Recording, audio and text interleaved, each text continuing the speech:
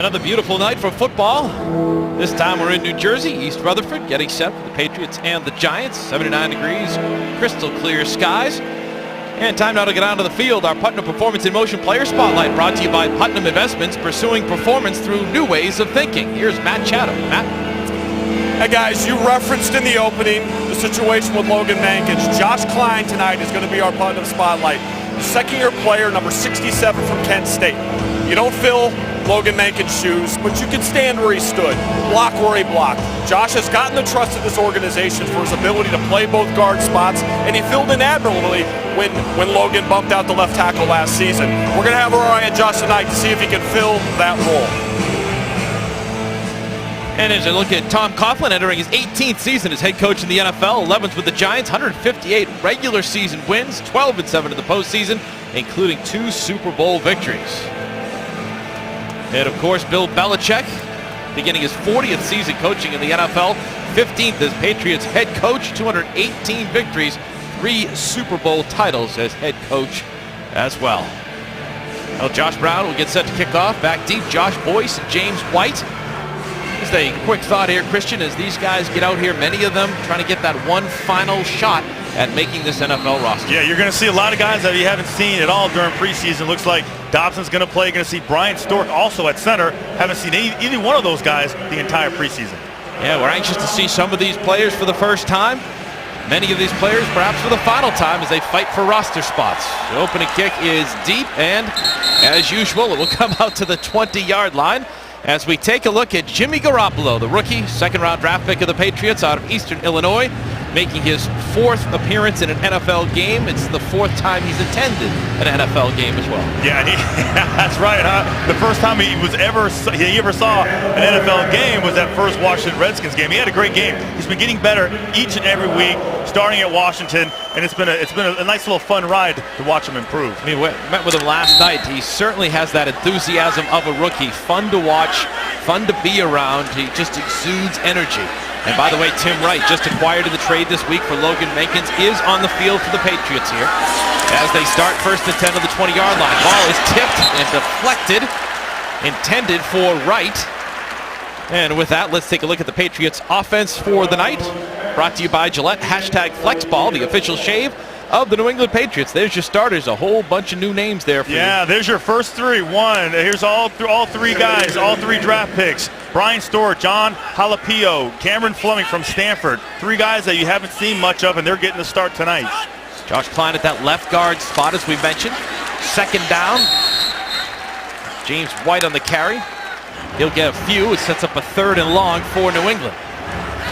Let's take a look at the rest of the offense for the Patriots tonight. Jonas Gray been very impressive so far in the preseason, Christian. Yeah, Jonas Gray. Aaron Dobson's going to see his first action. Josh Boyce again. He's been here all preseason, looking to have a good game from him. Aaron Dobson has been out for a long time, had foot surgery in March. First time we're getting a glimpse at him. He could be a big part of this Patriot offense. 3rd and 9 on the 21. Garoppolo, pressured throws, complete. Kenbrell Tompkins has it near a first down. It's always good to, if you're a quarterback, obviously starting your first preseason game. 3rd down look, good protection. The only rush 4, they play a little stunt, and Kenbrell Tompkins, the man who's been coming open left and right all year, and this has been the play that he's been doing a lot of. Running 10 yards, 12 yards, hooking it up, or getting to the sideline. They move the chains. First down, the opening drive of this preseason finale, led by Garoppolo. White on the carry, gets over the 30, will pick up a couple.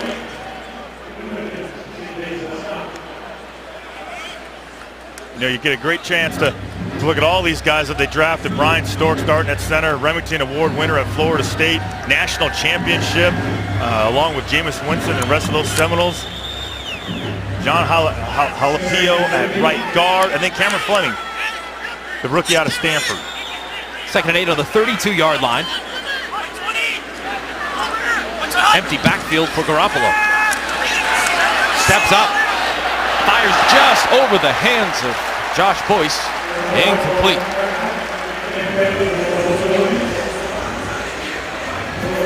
Well, that would be Josh Boyce. He gets jammed up just a little bit right off the go, but he still gets a free release inside. He puts his hand up a la Randy Moss.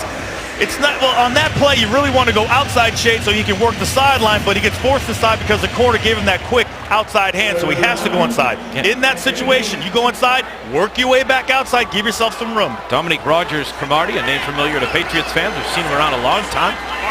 With a break up there, creating a 3rd and 8 on the 32. Garoppolo fires incomplete. Nearly picked off by Walter Thurmond. And it'll force a Patriots punt. The Giants aren't really going to challenge him. They're just going to rush forward again and play coverage. Hey, here's what Jimmy Garoppolo's seeing right here. Nice little crease. That's a tough throw right there because the corner's doing a good job of pushing inside and making it difficult to catch that pass. It's intended for Jeremy Gallen, 7th round draft pick. First time we've seen Jeremy Gallen, also another guy that's been injured most of the preseason. Rookie out of Michigan. And there's our first sign that there is life in the referees. There's 3 flags on the field. 2 minutes and 3 seconds in. It's a false start. Offense number 52. 5-yard penalty. Still 4th down. James Morris with a false start. Matt, a lot of guys may be nervous on the special teams tonight. Another way to make this team and impress the coaching staff. I wouldn't just call it another way, Danny. I think it's a very core way. You need to be as on top of your game on these special teams plays as you are on your O&D. Ryan Allen with the kick. Preston Parker lets it bounce just over the 30-yard line. Here's the 32 where the Giants will start 1st and 10 when we return. We're scoreless here in New Jersey. Time now for the Gatorade Prime to perform keys to the game. Gatorade knows it all begins within for the Patriots. Win from within. Well, take it away, Christian. What do you think? Well, you know, Jimmy wants to be number 2. I think for the most part, he's done a great job of battling Ryan Mallett. He's gotten better every week. And how about Brandon Browner? Are we going to see him tonight? And if we don't, we're not going to see him until after the 4th game of the regular season. There he is right there, number 39. And a last chance, right? A lot of guys are working their way for a job tonight. You know, lots of energy. They haven't gotten many reps. Guys like Jarrell Worthy, who came over late. You know, Brian Stork, we mentioned him earlier. And you got a lot of Rutgers players on the field right now. And all those guys are playing together for the first time since they left college, Roche. Got 5 in all. As we go about business, Eli Manning will be the... Not till November, Roach. Not till November. He's anxious. Giants first teamers in there tonight. Tom Coughlin saying about 13 to 15 plays for those guys. Rashad Jennings, newcomer on the carry, gets over the 35-yard line. And with that, let's take a look at the Patriots defense, brought to you by Gillette #FlexBall, the official shave of the New England Patriots. And there he is. There's Michael Buchanan, number 99. Zach Moore, big 6'6", out of St. Paul, Minnesota. Steve Boharnas had an interception last week. Darius Fleming's had a great camp. James Morris. There you go. Deron Harmon, Logan Ryan, Malcolm Butler's had a fantastic preseason so far. Rashard Jennings in the carry. He'll get a 1st down. Michael Buchanan on the stop. Now, you take a look at these hurry-up type of offense, which has kind of been a talk here in New York for the Giants, but you look at the safety position again tonight, Christian. A lot of guys in that defensive backfield we got to keep an eye on. See who maybe gets the start here as we go forward, or maybe who's on the bubble.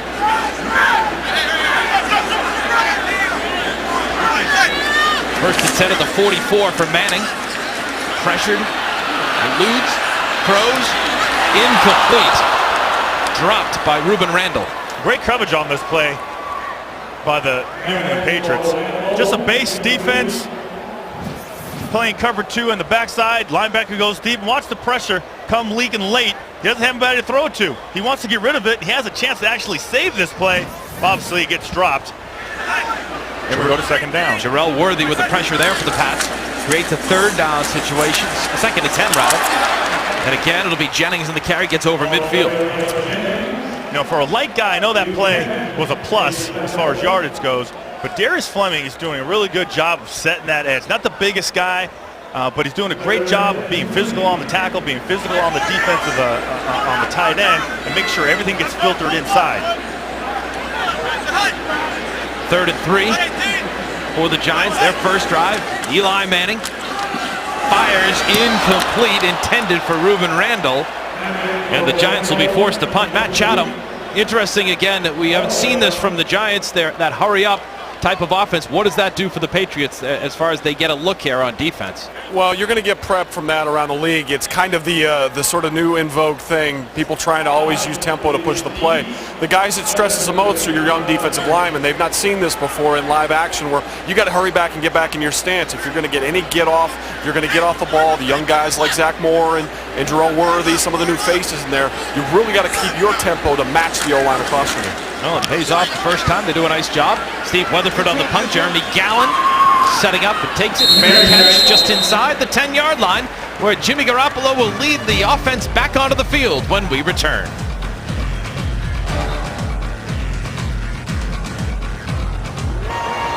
A beautiful shot of New York City here on this gorgeous night. Patriots closing out their preseason, coming in at 2-1, taking on the Giants here in East Rutherford, New Jersey, MetLife Stadium. And get a second look at Jimmy Garoppolo, the rookie out of Eastern Illinois. You're probably going to get a 2, 3, 4, 5 because he's going to play the entire game.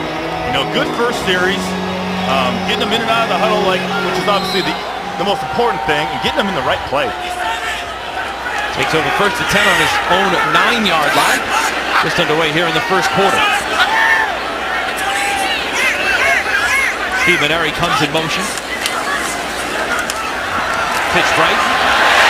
James White shut down pretty easily there. Stevie Brown on the stop. Stevie Brown unblocked on this play. It's hard to get upfield and get any momentum.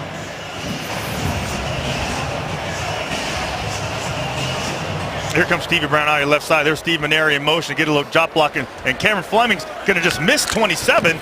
If you're pulling into your tackle, you don't miss one to get one. Even though that might not be his guy, if a guy passes your face, you got to stop and block him. And that offensive line, a key. There's White up the middle, just over the 10-yard line. Set down a 3rd and long.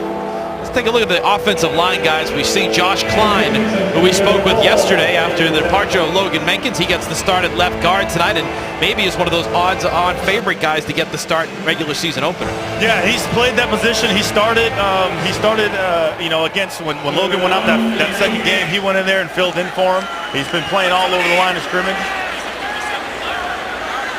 Now they got some pass protection here on 3rd down and 8.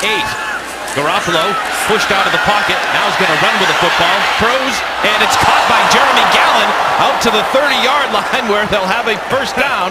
1st and 10 Patriots. All right, well, as a rookie, these are usually, here's Josh Klein right here. Nice little set, gets his hands inside, gets pushed back, but not enough, and there goes Jimmy. Now, I would normally say don't throw this pass, because the defensive back is right on it, but he's been getting away with a lot of those throws this year. But it's working for him. So, move the chains. He's moving down the field. Worked for 19 yards, and he's back at it to throw again. Avoids pressure, throws deep, looking for Boyce, and it's going to be picked off. But we've got a flag down on the play inside the 20-yard line. So he just got away with throwing one.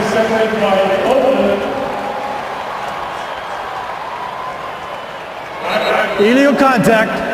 Defense number 31. 5-yard penalty. Automatic first down.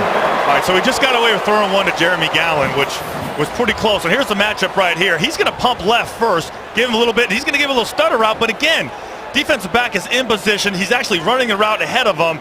And if you're going to throw that ball, you better make sure you throw it short, because that's basically throwing it to receiver. And guys, Christian, we discussed this a lot in the production meeting. Got a chance to talk with Jimmy a little bit.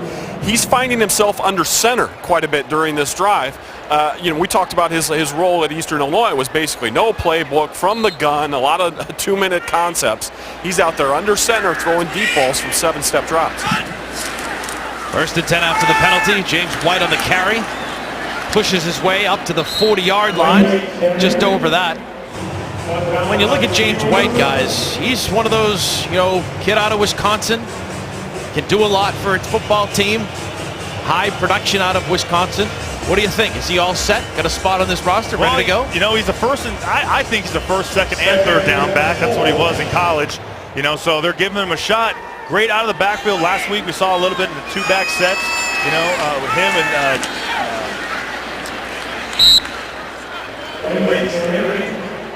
Stephen Ridley or Jonas Gray, Shane Vereen, take your pick. Roy You were Finch. going. Trying to help you, bud. Someone who plays running back? Yes, thank you very much, Matt. lines up in the backfield and gets the ball handed off to him. It's a question of how much these guys all interact, how much play they get, how many receptions. I mean, there's a lot of talent in that backfield here as the Patriots come into this season. 3rd down and 3 on the 42-yard line for New England. Garoppolo, quick throw, incomplete as the ball pops up into the air. Intended for Dobson. Okay, not a bad throw, but when Dobson's running this route, he's going to run a deep little, a short little in route. But when he's covered so tightly, here he is right there. Now watch him, there he goes. Now he rounds that route off. He goes right into the defensive back. What he needs to do is stick his foot into the ground and come back. That'll make it an easier catch for him. Yeah, my first thought too, Christian, you have to get friendly. He's missed all these reps all offseason long. He's got his big moment. He really needs some productive time out there today so we can have that role when we open next week in Miami. Dominic Rodgers-Cromartie with the coverage as Ryan Allen boots it into and through the Giants end zone. New York will take over 1st and 10 when we return scoreless midway through the first quarter here at MetLife Stadium.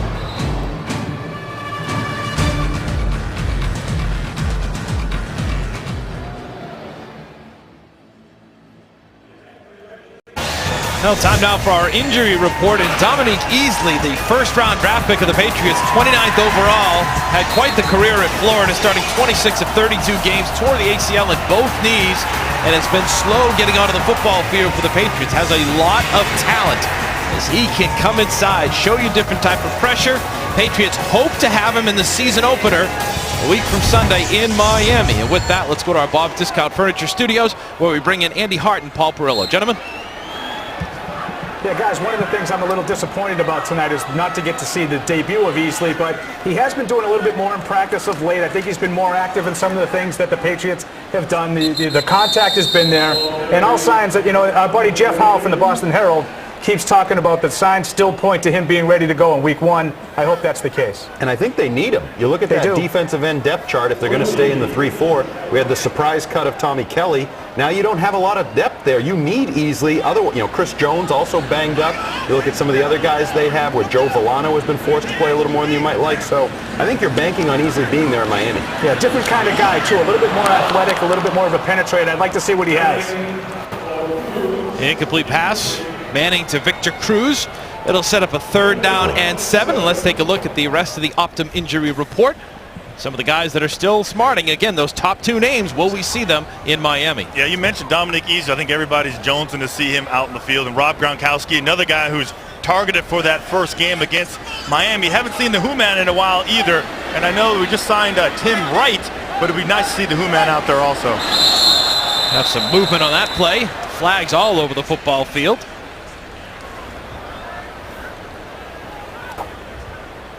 Encroachment. Defense number 97. 5-yard penalty. Still 3rd down. Yeah, guys, the Dominic Easley talk brings up sort of an interesting idea here. He's 6'2", 288 pounds, similar to Patriot fans who remember a guy back from the early Belichick days, Henry Thomas, but he's not really a plug and play for something that Tommy Kelly did before. Here's Manning on 3rd and 2, fires it complete, but good job by Tavon Wilson driving him out of bounds on the play. Kellen Davis on the reception. That was a great play by Tavon Wilson. A little misdirection. Tight end's going to sneak out and doing a great job. Little guy on a big guy. Watch him. Get underneath him. Drive your legs for at least 5 yards. Take him to the ground. But wait, there you go. Didn't throw him to the ground, but that was a great job being in position, using his leverage, and making the tackle so they can't get the first down. Yes, Matthew.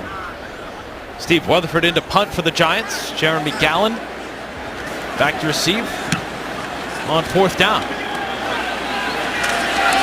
High and deep, gets it inside his own 20-yard line. and gets swarmed by a group of Giants. Patriots will come out and take a first down and 10 in their own zone. When we return, scoreless here in the first quarter, Patriots and the New York Giants. All right, so far, Patriots have had a pair of drives. 6 plays, 7 yards and a punt. 6 plays, 34 yards and a punt. Jimmy Garoppolo, 2 for 6, 28 yards so far early. That was against the first-team defense of the Giants. A big test there for Garoppolo, and couldn't really get anything sustained there, Chris. Well, obviously, Aaron Dobson's working his way into the rotation. He hasn't had a lot of reps. Jeremy Gallin's out there also. He's trying to do a lot, but there's not a lot of plays in this playbook this week. Short week played on Friday, now you're playing on Thursday. On first down, handoff going nowhere is Jonas Gray. Tell you what, Patriots offensive line struggling in the running game early here, the group that's out there, Christian. Yeah, and watch this right here. Here's Jordan Devey and Steve Maneri. Here they are right here. Okay, you're going to watch the play go and watch the defensive end split them. That's a combo block. They end up getting penetrated. They're working against each other instead of working together, working that man upfield. Sometimes, you don't have a lot of time to work with the tackles to get that technique down. So far, 7 rushes for just 12 yards. Second down for Garoppolo. Fires complete to Timms, his favorite target through the preseason. He'll get out to the 25-yard line and set up a third down and about 5. Dan, here's his buddy Timms. He's been going to him a lot. Feels like it's his favorite receiver. And there's that quick little easy play. Nothing's too special about it. Quick little step. Sees the receiver, throws it in there. Not a tremendous arm, but he's putting it in the right spot.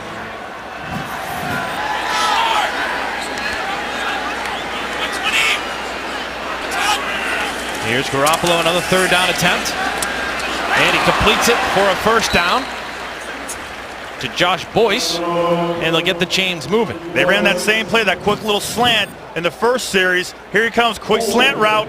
Gets away from him, good throw. Easy, right? Watch his eyes, there he goes, looks left, throws it right. It's interesting, in Eastern Illinois, we found out yesterday, Jimmy Garoppolo and the offense, they didn't have a playbook, which kind of took us all aback. We'll get to that in a moment here. On first down, another run, another nowhere. Playbook. In the first 2 years, he had a playbook. The last 2 years, they didn't have a playbook, and we were all sitting there aghast. Well, how did you know how to call plays? Like, what did you do? They used chess pieces, checkers pieces, no line calls. They just went out there and just played football. It was almost like a 2-minute huddle the entire season. And you saw, guys, how comfortable Jimmy looked on that third down throw because he was back in the gun, making a quick read, one step. Josh Boyce goes out and snags it and catches the ball with his hand. Second and 10 at the 33-yard line of New England. Time winding down here in this first quarter. We are scoreless. Garoppolo steps up under pressure, throws, nice throw, and it's complete just outside the 35-yard line. That looked like a little breaking up a double play second baseman type of throw there for Garoppolo. You talk about the timing and anticipation that makes a great quarterback. Here on this play, he doesn't have anything. So what he needs to do is throw that ball to the flat right away, give his tailback a little bit of time to get upfield. Now James White just catches it. Okay, and he gets hit. He's got to flick that thing away. Knowing what's going on before it happens is so important, right? So you can make those decisions before they happen. Good presence in the pocket. Third down and 7 now for Garoppolo and his offense. Deals with the pressure, throws it incomplete. There's an interception. It's picked off. Zach Bowman gets revenge for the penalty earlier and picks off Garoppolo. Well, again, we talked about he short arms this play, first of all. It was intended for Tim Wright. We'll break it down when we return.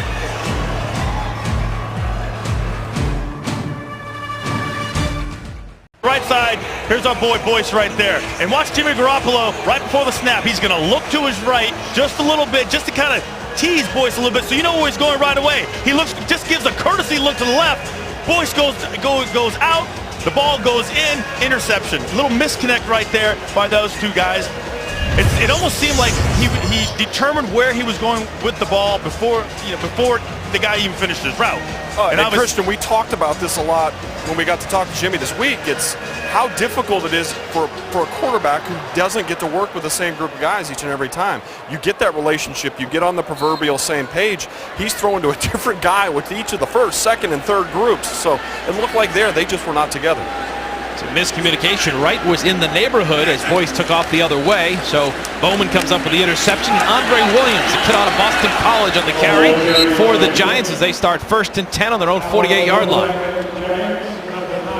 And in for the Giants, replacing Eli Manning, is Ryan Nassib, quarterback out of the world's greatest university. If you want to see how you want to fill a play right here, watch Ron Harmon. He's looking past. Look how quickly he comes upfield to fill this hole right here. Bam! Watch that. Nice hit right on the lower hip. Keeps his head out of it. Nice tackle. 2nd and 8 for Nassib and company at midfield. Here's Williams again. He's swarmed by Patriot defenders, and it's a couple. Let's take a look at some of the guys in on defense for the Patriots on this. Well, you remember number 99, Michael Buchanan. He made a name for himself. This time last year, this time last year, he made this team. Darrell Worthy, Steve Buharnas, talked to him yesterday. Rutgers guy also, got his family here at the game. Big interception last week. You can look at him right now. He's directing everybody, talking to the linebackers, talking to the DBs. 3rd down complete. Close to a 1st down for the Giants.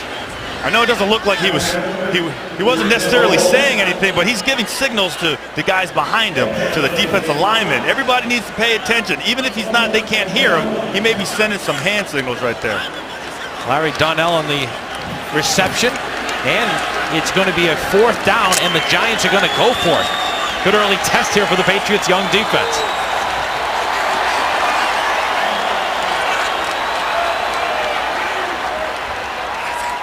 High formation behind, and Williams has it and more. Breaks a tackle. Down just near the goal line. Nate Ebner finally got him. Tell you what, a lot of Boston College fans have seen that before from Andre Williams. 38 yards on the carry. One of the things we're going to see on the interior line, guys, is a guy going back door. You give the Olay, you go the wrong direction at the nose, you create a giant gap. Andre Williams hit that no problem, and he's out in open space. One of the things that often happens in some of these late preseason games is the technique gets a little shoddy. 3-4 defense is all very technique-based. It's not something you learn in high school. So a lot of these guys are getting their opportunity to really find out that you do it right. It's a whole lot easier. 1st and goal on the 5. Williams brought down hard. Brandon Browner in on the coverage there as he gets some playing time here. And let's explain that to the folks at home. Brandon Browner's big signing is going to make this team, but he's going to get some reps. Well, yeah, obviously Brandon Brown's got to miss the first 4 games of the season, so we will see him later on. But we weren't really sure if he was going to play just because they needed to get reps for everybody else to get them ready for the game. Well, we're winding down here, time in the 1st quarter, and they won't get a play off. When we return, a big test here for the Patriots defense. 2nd and goal at the 6. We're scoreless after 1 quarter to play. Like a linebacker, watch him right here. Fill this void right here on the goal line run. Keeps his leverage, is pacing, and bam, watch him fill it. Not too many linebackers, defensive backs are going to be able to do that. Start the 2nd quarter. 2nd and goal at the 6-yard line for Nassib and his Giants offense. Has time, looks, throws, incomplete. Ball thrown over the head of the intended receiver, Larry Donnell. Nate Ebner on the coverage. Guys, we got to look at the interior people here. We got a lot of big bodies, some young guys big people that are on the field that are going to have to fill that Tommy Kelly role. Gets over Salinga back on the field. In the absence of Tommy Kelly, maybe he's now your nose, and Vince pops out the left end, much as he did 2 seasons ago. On 3rd and goal, Nassib, incomplete. just over the outstretched arms of Larry Donnell.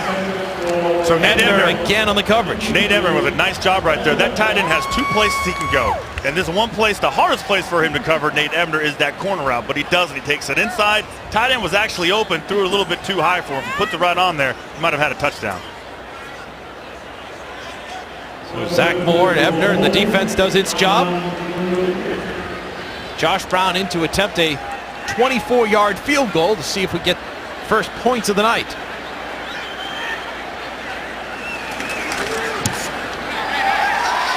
And it's good. So the Giants get some points off the Zach Bowman interception. We'll see if Jimmy and the offense can get it back when we return.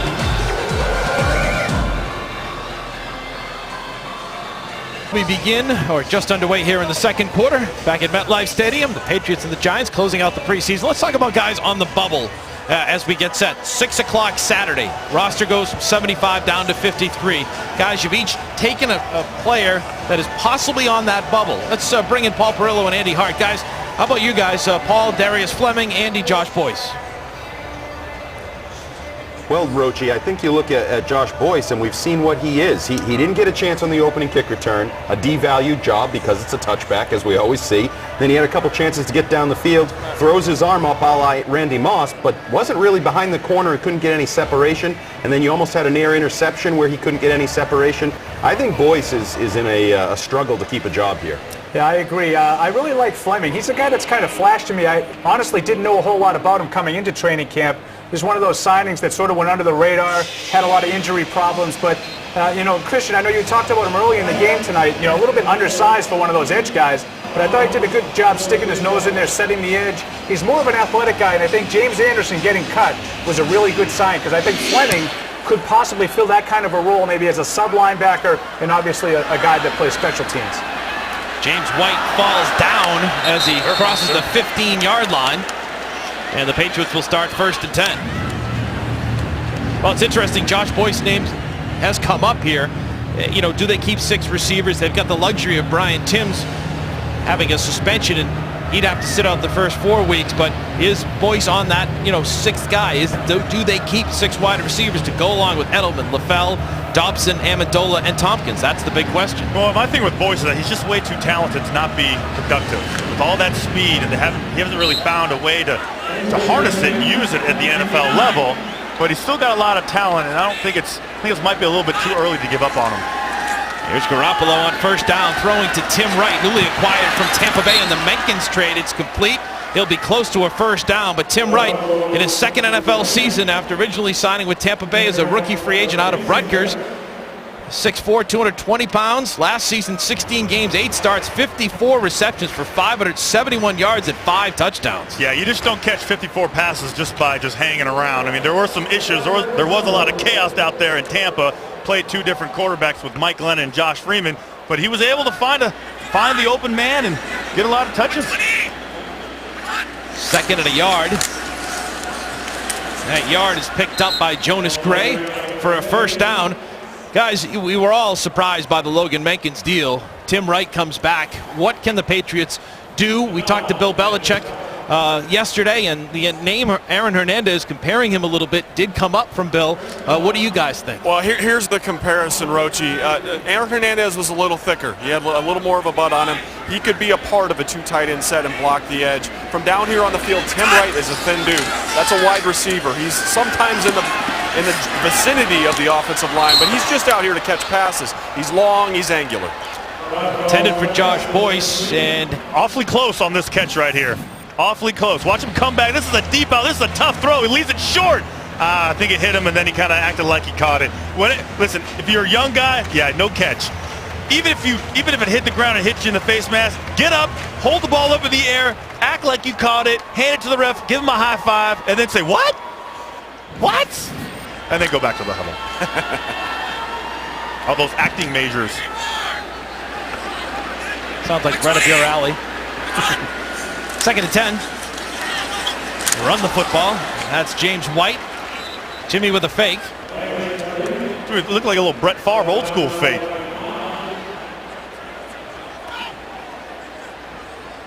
He'll be close to a 1st down. Watch him, a nice little draw. Hands the ball off. And act like you throw it. Oh! Trying to get somebody to bite on it. Again, another third down opportunity. Big fella fullbacks in there. Tight ends in there. 3rd and 1. They run the football. Taylor McCullough bust his way for a first down. Let's bring back Andy Hart and Paul Perillo. Gentlemen. Guys, just to get back to the Boyce and maybe the Tim Wright situation, I think a lot of us thought before this week in the trade, well, they're only going to keep 2 tight ends. Maybe there's an extra roster spot there. Maybe Boyce stays on that way. So that's the problem when you're starting to try to figure out the 53. It's not just, will they keep 6 receivers? Well, do they have 6 receiver spot? The 6th receiver compared to the 3rd tight end compared to the 5th running back. There's a lot of, that draft terminology. You stack it vertically and horizontally. You do that with the roster, too. Steve Maneri on the reception for a first down, 18 yards. The pickup for Jimmy in that offense. And again, doing a nice job there. There's our tight end right there. He's finally going to get involved in the play. Nice job sticking that strong safety right there. Now, Garoppolo, good job. Plays the fake off good. Really nice job of really just drilling it in there because there's really no other place for him to throw that ball. Well, back to the point, guys, about the whole issue with Tim Wright. You look at Brandon LaFell, he's standing where Tim is standing. He weighs what he weighs. It's the same body type. Tight end, wide receiver, call it whatever you like. That's just a scribble in a roster. Those guys may fill the same spot, I think, which is kind of what Andy's saying. An extra tight end, an extra wide receiver, at this point, I don't know if it really matters. It's just another guy who can potentially catch the ball. And then here's the thing with Wright, though. When you talk to the guys that used to play with him at Rutgers, this guy was a captain on the team. I mean, I hate to use this cliche, but first guy in, last guy out. That's the kind of respect he has from his teammates. And you talk to Bo Harness, Harmon, Logan Ryan, all the guys that went to Rutgers, they all have nothing but high praise for him. 2nd and 7 on the 34. Garoppolo has time, looks deep towards the end zone. It's caught for a touchdown, Aaron Dobson.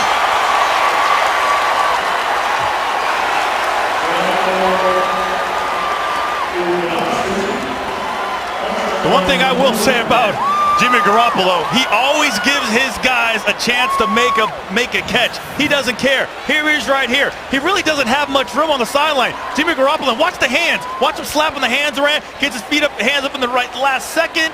Falls into the end zone. I tell you what, when you're running downfield like that and that fade ball is coming to you and that defensive back is holding on to your arms, it is tough to get your hands back up and track that ball. Aaron Dobson did an excellent job of finishing that play. 33 yards, and take a look who's a holder on this extra point attempt for Gostkowski. Alert the fake. Tom Brady. I know he probably wasn't too happy that he wasn't playing, so he's got to get at least 1 rep in. They had to call a timeout with Brady out there, so maybe some miscommunication, or maybe Tom looked around and said, what am I doing here, guys? We need a timeout. Dobson really throws a nice fade route. They're going to review this play. We'll see if it counts. We'll be back with that when we return.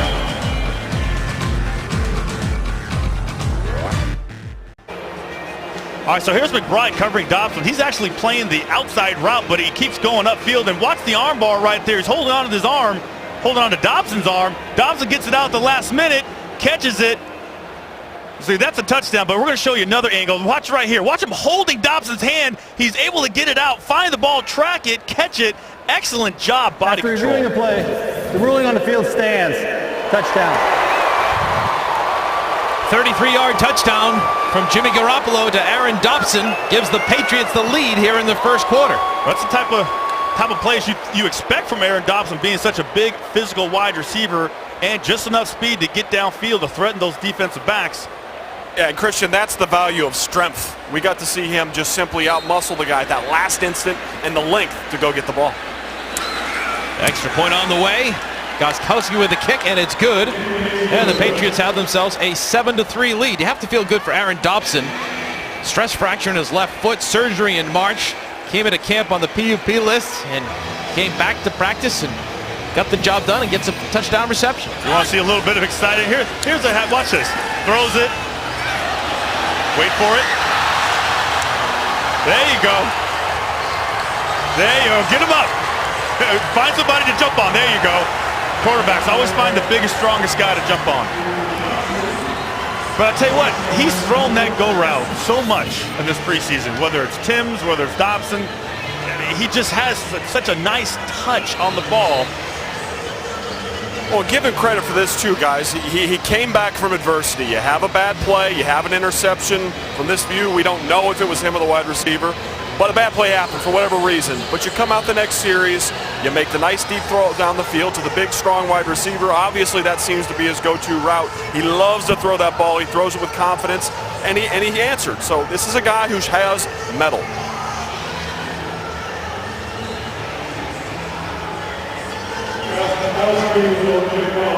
And Stephen Gostkowski will kick off for the Patriots, who have themselves a 7-3 lead on the 33-yard touchdown pass from Jimmy Garoppolo.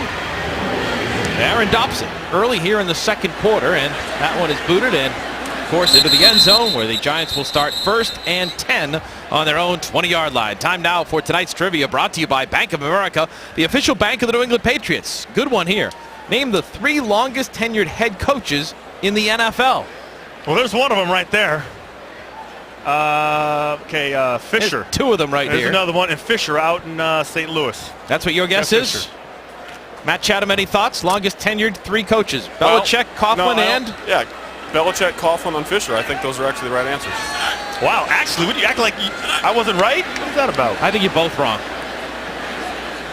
Dan's Googling again. 1st and 10 for the Giants. Peyton Hillis on the carry. Let's see if Andy Hart and Paul Perillo have a shot at this one. Gentlemen? Jeff Fisher might be the answer if he were still in Tennessee, but he moved on to the Rams. Marvin Lewis is the 2nd longest tenured. Mr. Mediocre, Marvin Lewis. Just doesn't look right between those 2. I want partial credit for that one. I didn't understand the question. No disrespect. It's funny, as soon as I asked, wait, he's not at like, Tennessee wait. anymore, but he went, okay. I thought we were just saying longest in the NFL. My bad. You get partial credit now. Surprised. Matt Chatham usually leads the IQ drive at these production meetings that we have. Didn't understand that one. More Patriots defense on 2nd down here as they try to get in on a couple of stops. Zach Moore in on the stop there for the Patriots along with Jake Beckett. Watch Davis up here, number 53. Watch it come up here. Here he is right here. Watch as this play goes. Watch him fit on this. Bam, gets a nice job. Stuffs the fullback big time right in the hole. That's a nice hit. Patriots defense holding the Giants tonight to 0 for 4 on 3rd down opportunities so far. Try again. Pass over the middle, complete. Nicely done by New York. Daniel Fells, former Patriot, on the reception. Both linebackers kind of snuck up a little bit on that one. A tight end just got right behind him. We get to see a little pressure here by Jake Beckett. Nice little power inside move. He does get bumped by the guard through the tackle, but affects the throw a bit. Doesn't seem to matter, though. Still makes the play. But eye on Beckett. He's still got an opportunity to make his case tonight. Gain of 27 on the play. 1st and 10. Peyton Hillis with the carry for the Giants. They push against that Patriots defense. Garrett Davis leading the way for New England.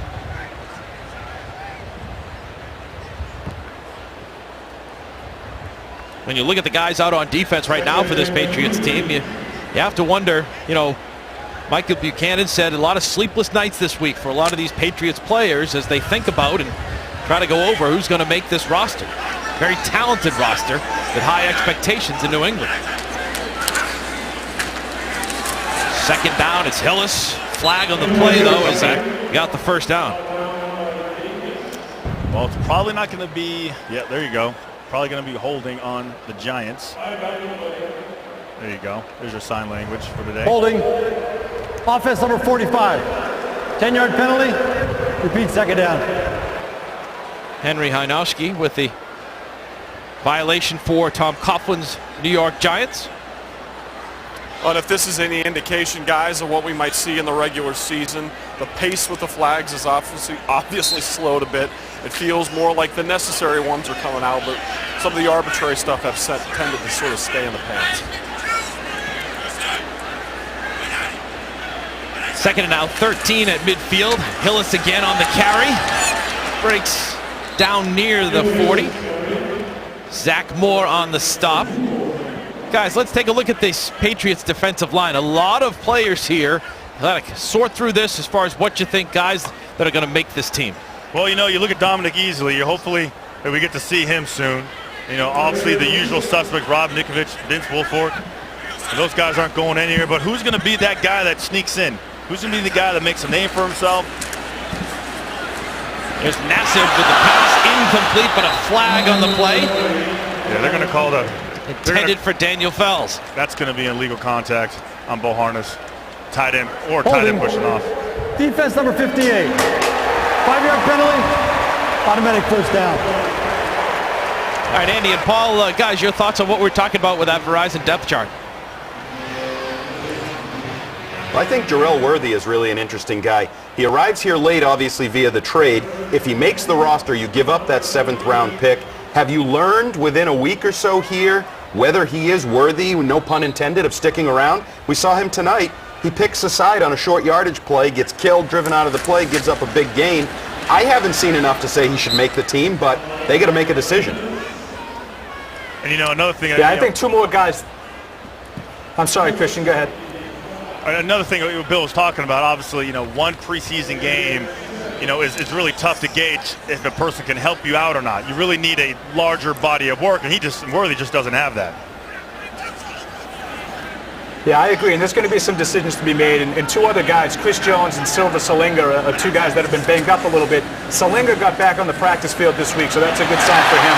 Those are two guys that project to make the roster, so they need them healthy. Nassib with a completion on the play. First down, Tavon Wilson on the coverage. It's one thing that we should always note, guys, that a 3-4 defense is a lot more difficult to learn than a 4-3 defense, because when these guys are playing 4-man line, they're doing it on nickel plays anyhow. So in the event that you get back a Dominique Easley, you're not really necessarily replacing Tommy Kelly. You can bump into 4-man line much easier. So he's kind of the sort of checker piece that'll really tell a lot if he's able to get back in there. Nassib on first down. Hillis holds his way to the 5-yard line. Guys, we saw Tommy Kelly. They said goodbye to Tommy Kelly. They said goodbye to Will Smith on that defensive line. What do you like about the defensive line, and what is the key to the Patriots having a good D-line this season? Well, I think the important thing, Rochi, is you have guys that can play technique. These are not, you know, overly flashy guys. Silva Salinga, Chris Jones, Joe Villano. Those guys can play a position and hold the point of attack, but you're not looking for the negative plays, box push stuff what you might have got from Tommy Kelly. Nassib into the end zone. No flag on the play. Logan Ryan with the coverage intended for Preston Parker. Well, I mean, this is actually, here you go right here, guys. He's actually wide open. He kind of pushes off a little bit too, gets away with it. Plays it late, actually late on the throw, but I'm surprised this isn't a pass interference, because Logan Ryan has his hand all up in his grill, on his body. There it is right there before the ball is up. Yeah, that's looked like a classic case of it, as Hillis carries the ball near a first down for New York. Hey, all is right in the world, guys. People are complaining.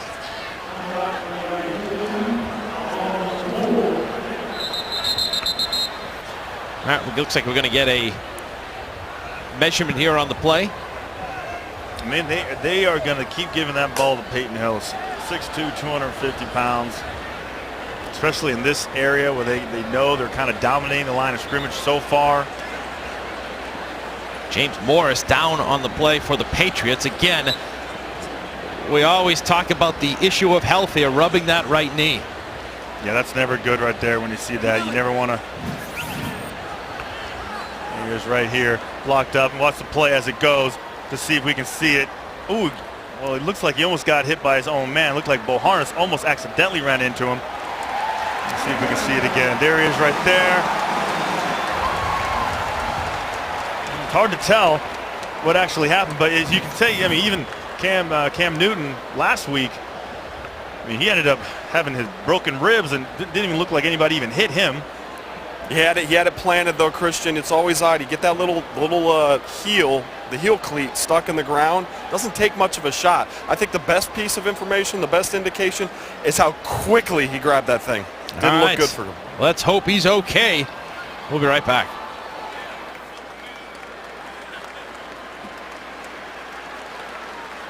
Linebacker James Morris walked off on his own power. With a little bit of help getting looked at on the sidelines. Let's hope it's not too serious an injury for him as the Patriots face a 1st and goal at the 3-yard line. Giants driving here against this New England defense. Seen a heavy dose of Peyton Hill. Let's see if they continue it here. High formation behind Nassib. It is Hillis. Barrels his way down near the goal line, but doesn't get in. Steve Boharnis on the stop.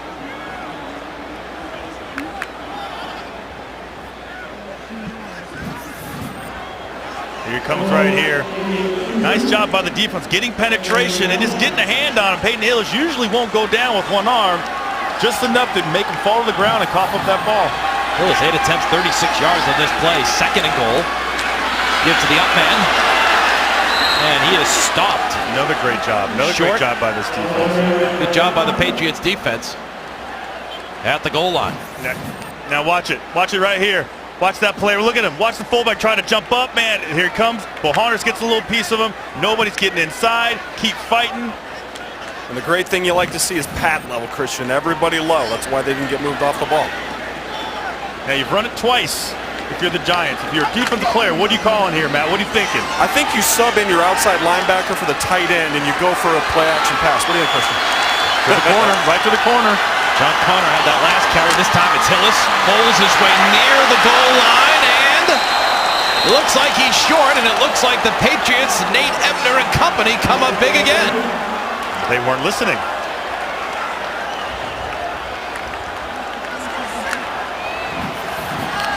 Watch the defense right here with the penetration. Obviously, pad level is key at first, right? It gets muddled. Well, I'm not sure if he even gets through there. They're not going to look that. Look like he almost crossed the plane. Take another look at it right here. See if we can see it. No, great job by the defense. Darius Fleming getting in there late and stopping him. 4th and goal for the Giants. Crowd on its feet here at MetLife Stadium. There's Hillis up and over and into the end zone. Touchdown.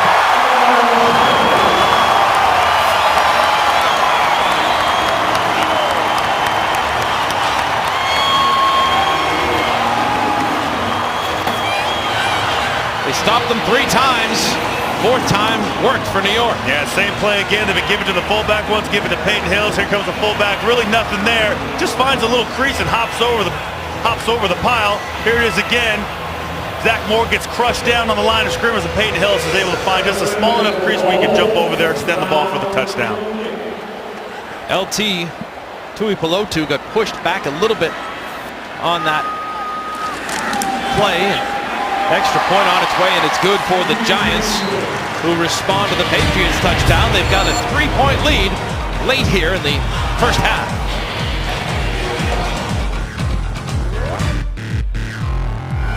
Friday, September 5th on WBZ TV Channel 4. Check your local listing for airings around New England. Steve Burton is your host. Scott Zolak sits down with Coach Belichick, and the Bellustrator, always a big part of the show. Interviews, guys like number 12, all part of Patriots All Access, starting next Friday night.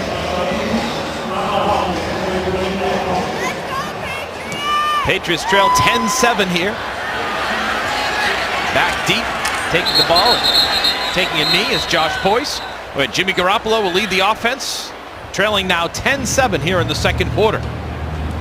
Garoppolo, if you're just joining us, had a beautiful touchdown strike, 33 yards to Aaron Dobson.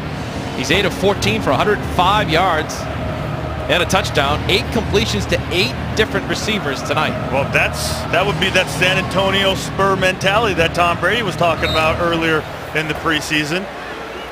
What's the philosophy for the New England Patriots as quarterback? When somebody asks you, well, who's your favorite receiver? Whoever's open. Yeah, there you go. Jimmy pitches it left. James White, he's stopped and swarmed. Now, Garoppolo did mention, talking a little bit about Tom Brady, what he's learned from Brady, and he said it was a couple of key words: knowledge and presence. That's what he admires in number 12. Yes, and wouldn't you want the knowledge that guy has? I mean, who are the quarterbacks in the NFL right now that have as much experience in dealing with failure and success and and Tom Brady, Peyton Manning, Drew Brees.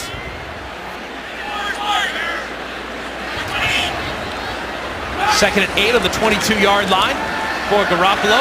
Pressured, throws, and it's incomplete. He's going to get hit in the pocket. He does a nice job sliding up into the pocket, not allowing himself to get caught up in the wash of that pressure. But as you watch right here, it'll become on your left side of your screen.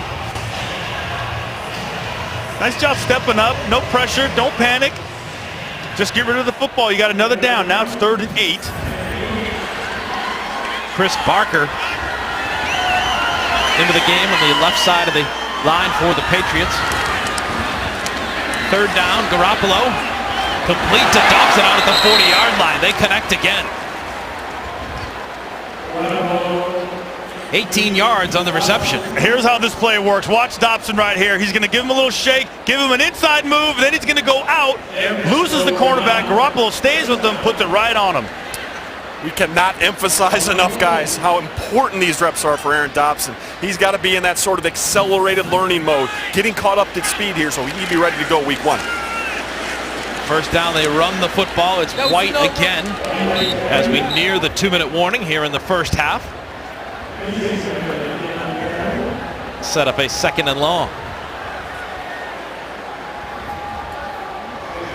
And Jimmy will let the clock wind down here, and we do hit the 2-minute warning. 2-minute offense coming your way when we return. See if Jimmy can put up some more points tonight.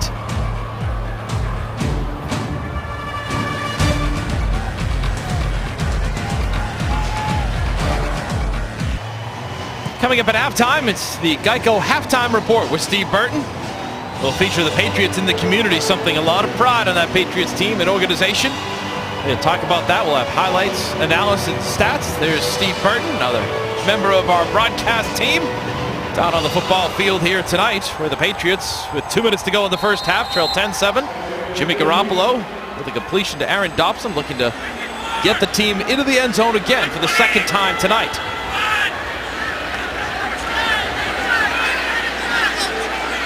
First and 10 on the Patriots' 42-yard line. They run the football here. That'll be James White. We'll see what Jimmy Garoppolo can do here in this hurry-up offense, 2-minute offense here, Christian. Yeah, he's got a lot of time. Tim Wright was on the field just now. Now here comes Maneri. So usually when a guy like Steve Maneri comes in, that's more of your half personnel, one-back type situation. Usually a running situation, you see a guy like Maneri in there. By the way, James Morris, left with a knee injury, as we know, his return questionable tonight. 3rd and 5 at the 45. Garoppolo has an open receiver in White. He's got it the 40 inside the 30-yard line. Nice play, nice pass that developed there to White. We saw that similar pass to Shane Vereen last week. Yeah, he just kind of grabs this ball and sees it open right away, and watch him just kind of flick it. Just comes right out of his hand. Seems like it stays up there forever. Here it is right here. Watch him just kind of flick it. Sees him. There you go. Here you go. Nice, easy lob catch right in your basket. James White, nice hands. Nice catch. And Christian, you made that point. Maneri comes in, it looks like half personnel, but he's actually brought in for additional protection. He gets to go back to those roots of being an offensive tackle. A couple kick steps, protect for Jimmy, he gets rid of the ball. See, the difference between half personnel that I know it, Matt, and then sub personnel. Sub personnel is usually your speedy, quick wide receiver / tight end. So right now, Tim Wright's in the field, on the field, right? So he would be, now this is a passing situation. Tim Wright, you're usually not going to waste him by helping him block. Right. When Harry comes in, you're thinking about a run play. He's a speed bump. He's a speed bump. You chip on the defensive tackle, slow him down. Guys, how hard is it for Tim Wright, just acquired this week? He's in the game here. How hard is it for him to try to go out here and run some plays as part of this team? Christian, you tell me, you just have to learn part of the call, correct? Yeah. Where do you line up? What route do I run? Yeah, you're listening to one word, and that's it. First and 10 of the 26 with 1:14 to go here in the first half. Garoppolo. Pressure. Sacked.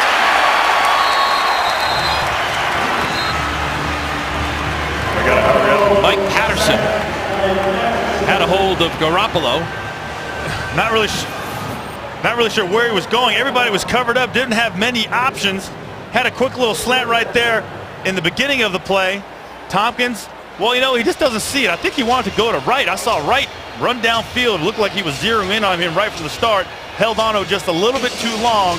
Instead of taking that nice little quick little hitch on either side, he kind of decided to wait, and once it closed up, he didn't have anywhere to go with it. Yeah, Matt, looked like lesson learned there perhaps for Jimmy Garoppolo. Looked like he had a couple of open wide receivers on the play, maybe locked into one guy too much there. Yeah, well, as much as anything, if you're not going to get the completion, don't take the sack. I think that's a good 2-minute rule for any quarterback. Fall in love with your check down or fall in love with throwing the ball out of bounds. You don't want to have to waste the timeout. You don't want to have to waste the yardage. Don't fall in love with one guy. Just live to survive the next down. Garoppolo said, as you saw Josh McDaniels, and said Josh says you can't get flustered. Bigger the moment, the bigger you got to step up. Let's see if he can do it here. Fires over the middle behind Josh Boyce. Incomplete. He had Boyce just for a second here. The ball was a little bit high and a tad bit behind him. Here he is right here. He's just going to do a nice little 10-yard in route, winds it off. Now he's got him. He had to step up in the pocket. He's got a nice time, actually. That's probably a play he needs to make. Don't want to miss the layups. That's the most important thing. Don't take the sacks, throw the ball away, make all your layups. 3rd and 14 on the 30 now as time winds down in the first half. Garoppolo pressured. Gets it complete to Tim Wright inside the 20. Got away from pressure nicely there to complete it on the play. And out will come the field goal unit for the Patriots. As you see, watch him right here. Keep both hands on the football. You see Wright come open. Wright's at the bottom of your screen right there. Just a nice little out route, a little sit route.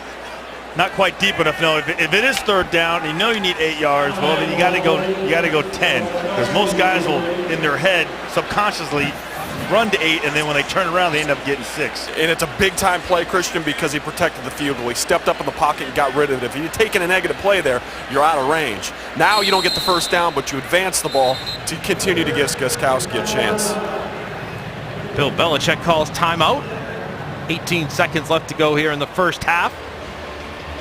Steven Gostkowski in to attempt a 37-yard field goal. Look at you, you're waving. You see yourself on TV. I am waving. I got a bright pink shirt on. How can you not miss me? You and your nice, don't touch me. Are you going to rap today? No, I caught more grief, and folks, I wasn't mad at Christian. I was just, I know how tight you were. I know how pathetic you can be. Rochi gets here. The game starts at 7:30. Rochi gets here at 1. Just so everybody knows that if you're looking for him, he's up here studying. Did I hear a stripes? Don't touch! Lighten up, Francis. Yeah, one thing I know we aren't, Matt, is friends. Christian and I. We're best of friends. All right, let's see if he can get this 37-yard field goal attempt. One of the best kickers in the NFL. No jinx there. He completes it. The field goal is good. What do you think about the first half so far, Christian? Again, a big night for a lot of guys trying to make this football team. Well, yeah, offensively, I think, Garoppolo's doing a decent job. You can tell that he's a rookie now, I think. After starting the entire game, you can also see that there's some guys that just aren't on the same page, and you kind of expect that. But for the most part, I think they're doing a nice job. Defensively, on the other side of the ball, I'm impressed with the way everybody's doing, especially those first 2 series when the Patriots went against the Giants once, and that was impressive. Well, you look at this team, and again, we talked about Tim Wright and the acquisition in exchange for Menkins. Are you okay with this guy, and can he be that dynamic guy? You guys don't seem convinced of that for a kid that had 54 receptions in his rookie year. Yeah, but you know what? Again, he's willing to do the work. I mean, is he a great blocker? No. Is he willing to work at it? Yes, and I think that's the most important thing. He's got nice hands. He looks like he runs well. Okay, he doesn't really know where he's going right now. Imagine how many plays he has. I mean, a handful of plays. He got a hook, maybe a go. Okay, block this guy. I mean, and it's not like the Giants are doing anything really exotic, so it's easy for him to pick things up. But for the most part, I'm surprised, and that he's actually in the game right now, because normally these guys they have a hard time, figuring out what they're supposed to do. Well, Matt Chatham, would you use him in that 12? Would you use him in 1 back, 2 tight end type of offense going forward here? Do you see that as a possibility, or is he too raw? Oh, I put him on the field, but I wouldn't call it 12 because I'm not calling him a tight end. He can help you. He's a physical mismatch, but more for his length. He looks to me much like Brandon LaFell, quite frankly. They're very similar body type and player. It's just a name sort of on a depth chart. But I like him that he creates a mismatch. You see him out here down on the field up against some of the Giants linebackers, he's longer than them. And that's an asset. That's something that's very difficult to defend. He's got some speed, but it's really more the separation and using that length to catch the balls. Not every guy in the NFL has it. Tim appears to. Paul Perillo, Andy Hart, a quick thought on Tim Wright. Well, I think everybody says, Hold that thought. Well, yeah, nicely done. Hold that thought till halftime. Because we've got the Geico halftime report coming up. We're at the half. The Patriots and the New York Giants preseason finale tied at 10.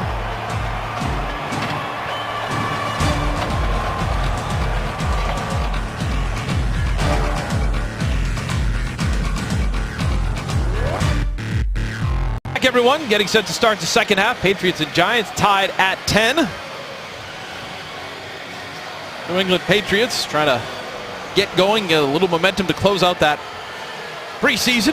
Time now for the halftime interview, brought to you by Optum, a health services and technology company on a mission to help make healthcare healthier. To learn more, visit Optum.com. Let's throw it down to Steve Burton, standing by with the coach. Steve? Joining me now is head coach Bill Belichick. And Jimmy Garoppolo started out slow, but do you like the way he fought back from adversity? Yeah, I think our passing game has been competitive. We just haven't run the ball very well, and we haven't played good enough run defense, so hopefully we can start controlling the line of scrimmage a little bit better this half. Tim Wright hasn't been here long, but you put him in right away. Yeah, well, there's a few things he can do, and so we'll see how it goes. All right, Coach, and how difficult is it to make decisions for those guys on the bubble? How difficult is that for you? Well, it's always a challenge to put the team together. You got a lot of things to take into consideration, but, our staff's done a good job of evaluating in the past. We've given a lot of guys a lot of playing time this preseason, a lot of young players, so at least we got something to work with there. All right, Coach, good luck to you. All right, Steve, thank you. All right. Bill Belichick, our guest. Send it back upstairs, guys. All right, thank you very much, Steve. As the Patriots kick off and the defense will come out to start the second half. I thought, Bill Belichick kind of nailed it right in the head there. We've talked about a lot of different elements of guys trying to make the team and what have you with Garoppolo and company, but Patriots didn't do a good job of running the football and didn't do a good job of defending the run of that first half, Christian. Yeah, only 40 yards so far for the Patriots in the first half, and the New York Giants at 99 yards. So obviously there's going to be the emphasis on this in the second half. Some young players out there for the Patriots. Peyton Hillis, a veteran out there for New York, so a good test again for the running game. Big hit off the first down play for New England, and a good start to the second half. Yeah, again, fair first play. They're going to sit there and they're going to go out and run outside. The Patriots did a nice job of keeping the leverage. You hear a nice job of hearing this crack right here. It's going to come from the outside, your left of your screen. As the play develops, the Patriots slant inside and watch the linebackers come out and shake, and then they get up to get their hands on the running back. Yeah, Daxton Swanson with a big hit there for the Patriots. Now 2nd and 7. Massive rolling right. Incomplete. Intended on the play for Preston Parker. Patriots come up with the defense, a name we're familiar with, Christian. Malcolm Butler. Malcolm Butler, yeah, and this play started out with great pressure by the defensive line. Both linebackers, Davis and Bohannes, got through the interior of the line of scrimmage and flushed the quarterback out of the pocket, making it a lot more difficult for him to find the open guy. Peyton Hillis and John Connor. Tailback tandem to the right of Nassib. Opening moments, second half. Massive pressure, gets away a duck throw. Tipped just out of the hands of Deron Harmon. Good pressure there by the Pats interior. Well, actually, both ends got a nice little job pressuring. Jake Peckett down on the left side, but watch Buchanan here. Here he is right here. Watch him get a good jump off the ball. Nice little hand slapper right to get around the back, and then the tackle actually helps him. He pushes him, give him a little bit extra speed to get to the quarterback. No completion, no sack, but definitely disrupted the play. Yeah, good push, good bookend for the Patriots D there. Steve Weatherford comes in to punt. Patriots do a nice job in that first series. Jake Beck did a nice job on that play also. Actually almost looked like he was going to get the sack. McGowan receives at his 25, and he's yanked out of bounds right at the 30. And out come the New England Patriots to start the second half, and Jimmy Garoppolo again. We expect him to play the entire game at the helm for New England. We'll have Jimmy when we return. Patriots first time on offense to start the second half. Tied at 10.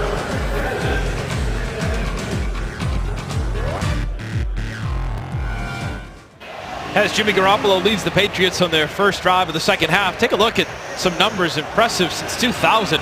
The number of quarterbacks the Patriots have carried on the roster. Bill Belichick, 5 seasons of 2, 3, 8 seasons, and go back 4 one time in 2000, where a young man named Tom Brady was part of that.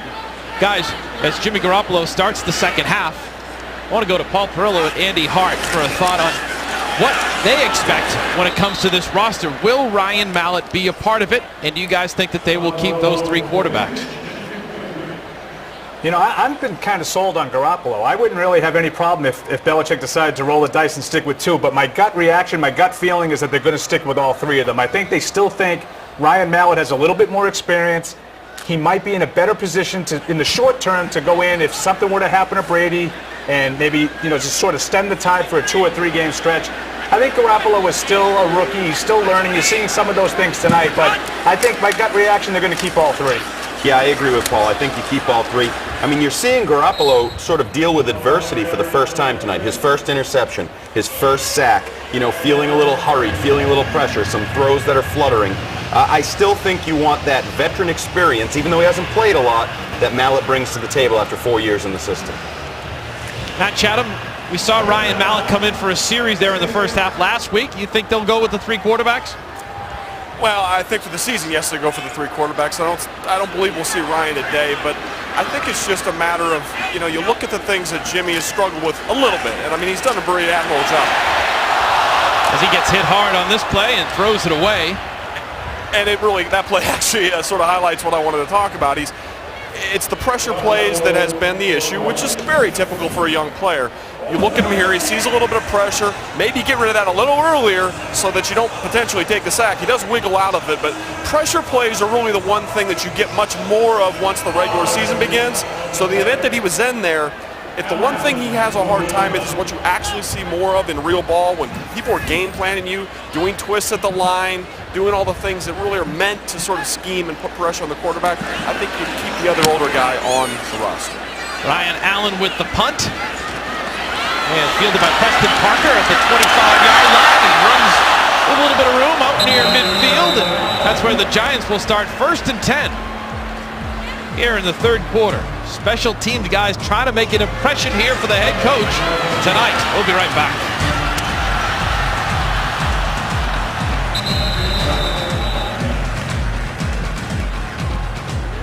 Welcome back here to MetLife Stadium, and Paul Perillo highlighted for us one of the guys on the bubble potentially. Fleming here, number 44. You see a guy in space who actually had leverage initially. One of those rules that a young player has to learn is you have to attack that with your outside arm free. Stay outside that play so you can turn the play back to your buddies. Didn't do a great job of leverage there, but I would actually agree with Paul in the overall feeling that the kids had a pretty solid camp. The leaving of Anderson last week maybe made a difference for him on the roster, but you're going to have to make that role on special teams, and you got to play by the rules. He didn't do so much there on that particular play.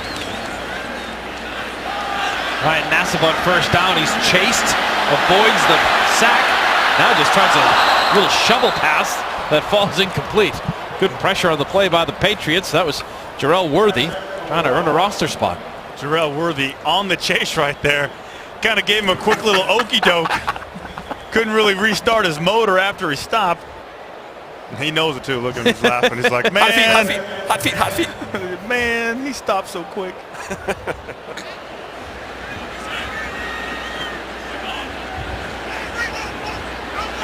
Second down and 10 for the Giants. They run the football. They get nowhere. Well, guys, when you look at it, you look at a guy like Jarrell Worthy. You look at all these guys. Darius Fleming, you guys highlighted him.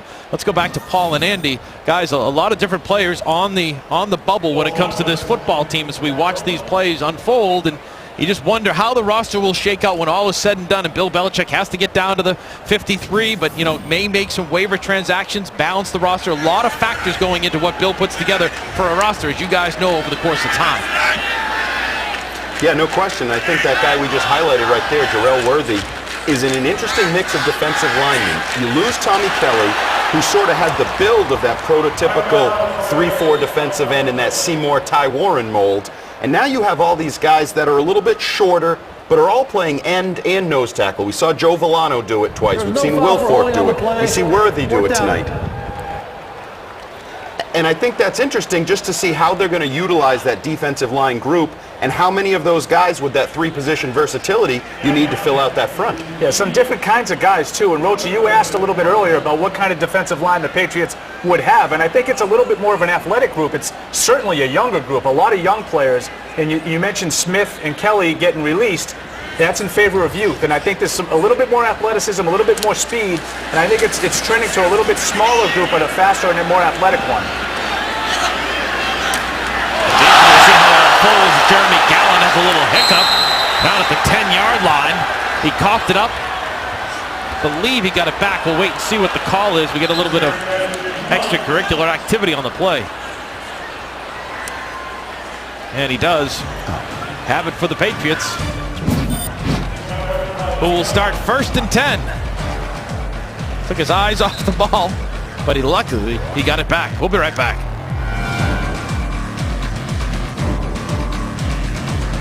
Pump, but here's Danny Amendola. Here's how he gets ready. Here's how he practices when he's ready to catch some punts. This is earlier in camp. Watch, he's got 4 footballs in his hands, and here comes another one. Here comes throws, and then he kicks it. Oh, yeah! That's what you call multitasking right there, Rochi. I mean, if you can catch 5 balls, I mean, it's pretty impressive, right? It's a lot of balls. A little bit of juggling. The circus is next for Amendola for a second career. So it's just about... It's amazing the hands on these guys. Well, and the feet. I mean, you're the same way. I mean, you just don't realize how difficult it is. And then you watch something like that, you're like, wow. All right, here's the Garoppolo-led offense. Jonas Gray on the carry for the Patriots. They come out. Now, again, I know Coach talked about, he wanted to get the running game going. But again, you have Brian Stork, who's playing his first preseason game. John Jalapio, who's playing right guard. He hasn't gotten a ton of reps. Then you have Cameron Fleming, and then you have Steve Maneri. Steve Maneri did a nice job of stretching that play, but just too much penetration right above the guard and the right tackle. 45 rushing yards for the Patriots so far in this contest. 2nd down and 9 at the 12-yard line for New England. Garoppolo complete to Tim Wright. He'll get a few yards out of the play.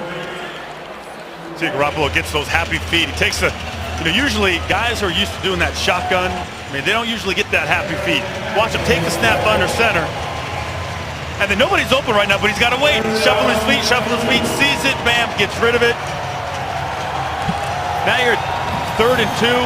Tons of different options you got right here. Quick little draw play, quick little slant. Or if you're really feeling like Jimmy usually does, go deep right away. 3 receptions, 27 yards for Tim Wright in his Patriot debut tonight. Acquired for Logan Benkins earlier this week. On 3rd down, Garoppolo steps up, throws it off the hand of Jeremy Gallen. Incomplete. Here comes the punting team. Well, again, here comes the feet right here. Not going to panic a little bit, but as soon as he sees himself getting flushed, see, he didn't even set his feet to throw that ball. Okay, so that's why it was behind him. It's almost like he's nervous about getting hit at his feet. If he would have set himself and been able to drive that throw, would have given it a better chance of Jeremy Gallen catching that pass. Ryan Allen in on the punt. Fair catch called for and taken by Jaron Hosley for the New York Giants. More discussion about the Patriots roster and how it may unfold when we return.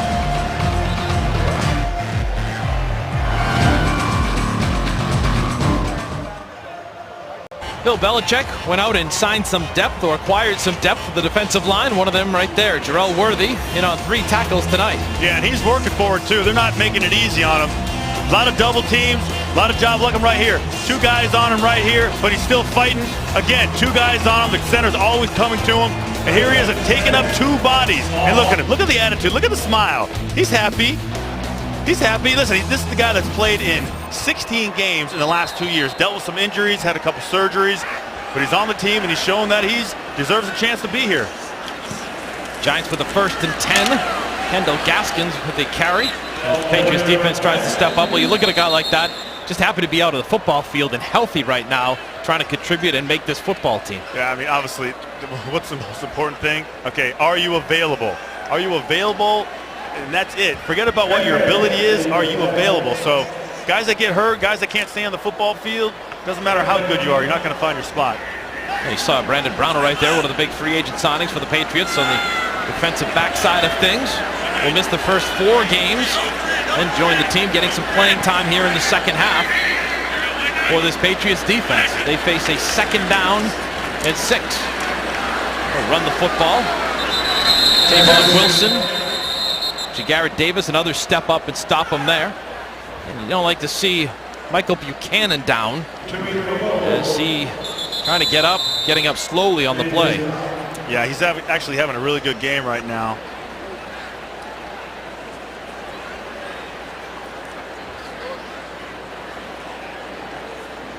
Well, you hope for the best here. Again, the last thing you want to see at this time, injuries. And a guy like Michael Buchanan, in his 2nd year, we talked to him in the locker room this week, just felt so much more comfortable, adjusted here in this Patriots defense, felt like he was primed to have a good year and be a big part of this team.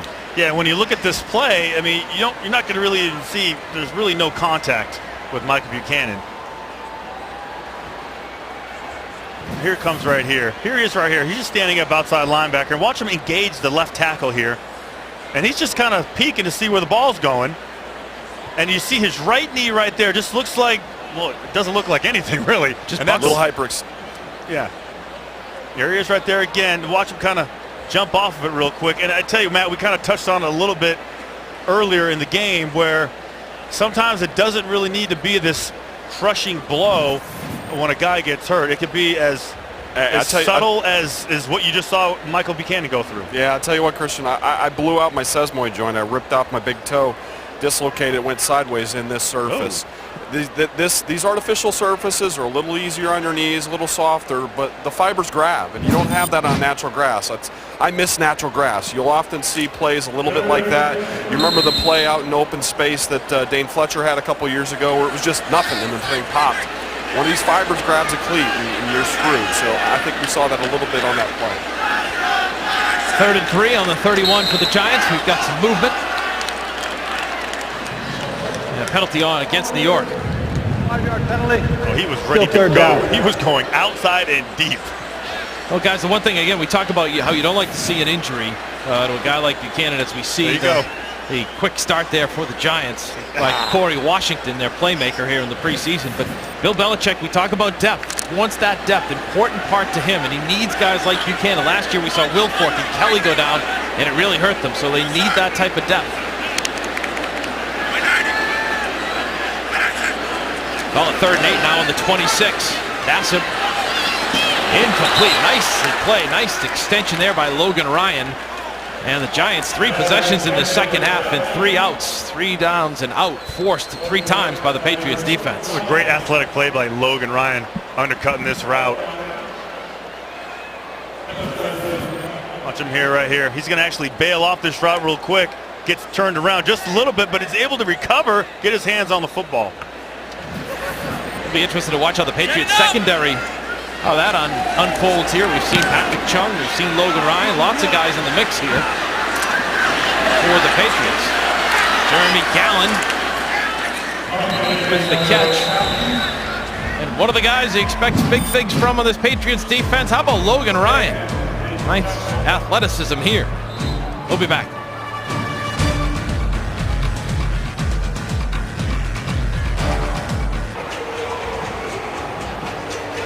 Here are some of the important dates to keep an eye on. Again, Saturday, the big day, cut down to 53 players by 6 o'clock on Saturday.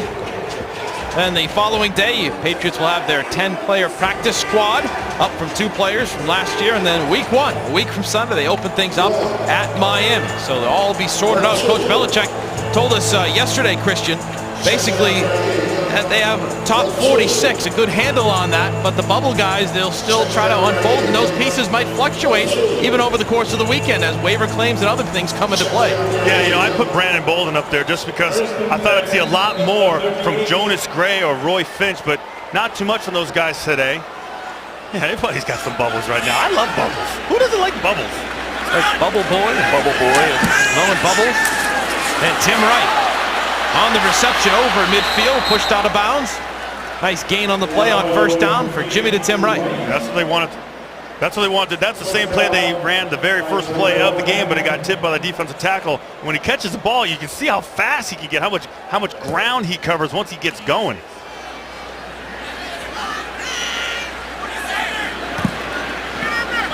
First and 10 on the 46 after a gain of 16 on the play for Jimmy Garoppolo.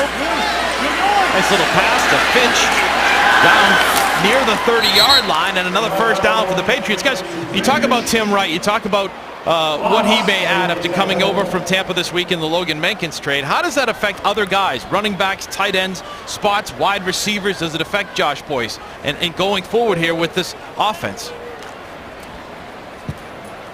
Okay, well, I mean, it affects everybody, right? If Logan Mankins is gone, then you obviously need to fill that role. Looks like Josh Klein's going to do that, but you have 5 guys, and it looks like they're starting to get the rotation set. Garoppolo fires just off the fingertips of Aaron Dobson. Let's go to Paul and Andy. Guys, how do you look at the acquisition of Wright? Again, showing us what we're going to see going forward here with this Patriots offense. I really agree with what Matt said earlier about him. He's really a big wide receiver, a Brandon LaFell type, but I do think he adds another potential pass catcher to the offense, and I think it might have, down the line, a guy like Josh Boyce. Andy talked about him earlier as being a bubble guy. Right now, I see some athleticism out of Wright and some consistency out of Wright for a guy who really doesn't know the playbook at all. He's showing some signs of being able to contribute in the passing game. Boyce, I'm still looking for that consistency. It might be a difference between 2 guys like that. And it's really just, as you say, the pass catchers. Even a guy like Roy Finch, who's an extra running back, maybe a returner. We see Jeremy Gallen returning punts tonight. It's that last guy at every athletic skill position, whether it's running back, tight end, wide receiver. 3rd down and 6 for the Patriots on the Giants' 26-yard line. Empty backfield for Garoppolo. Back to pass, complete to Kembrell Tompkins.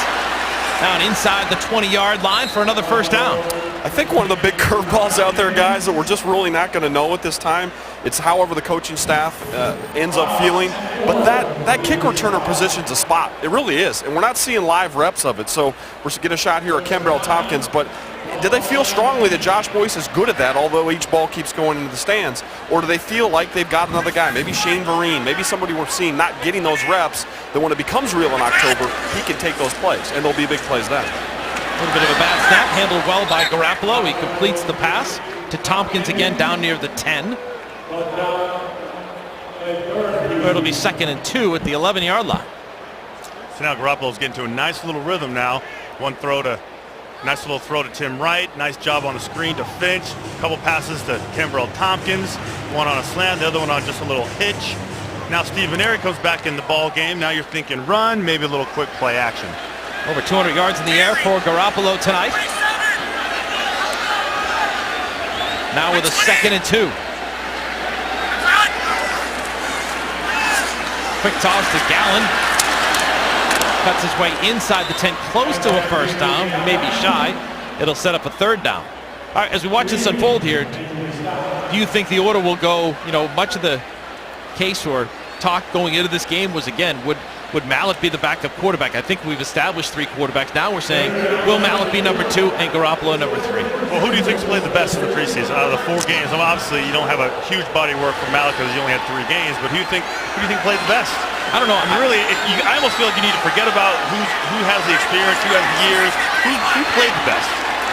Well, Christian, it'll be interesting to see, and obviously we're not going to because we can't see behind the curtain at this point, but you know how a lot of this happens. Once the regular season gets going, they start putting up cards. They start game planning against you. They start showing you stuff the other team does.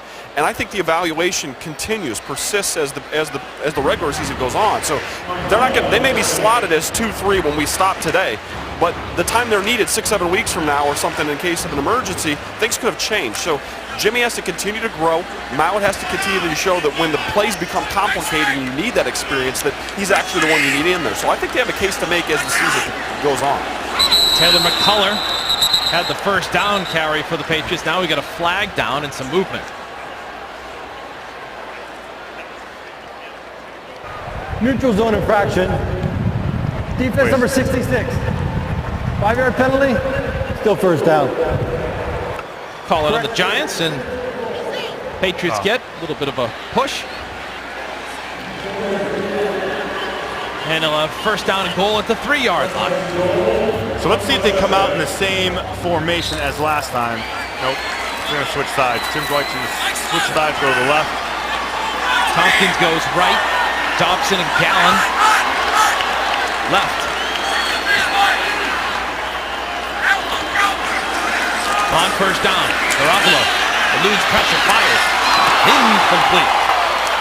Intended for Tompkins.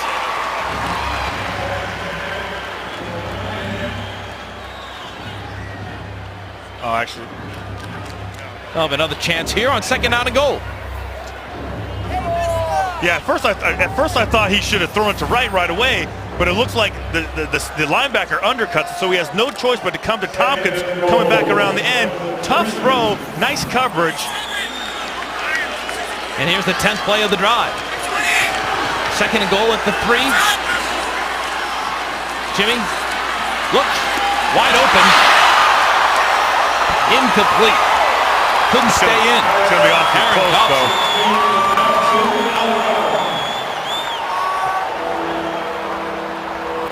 We're going to take a look at this, because this is a beautiful catch.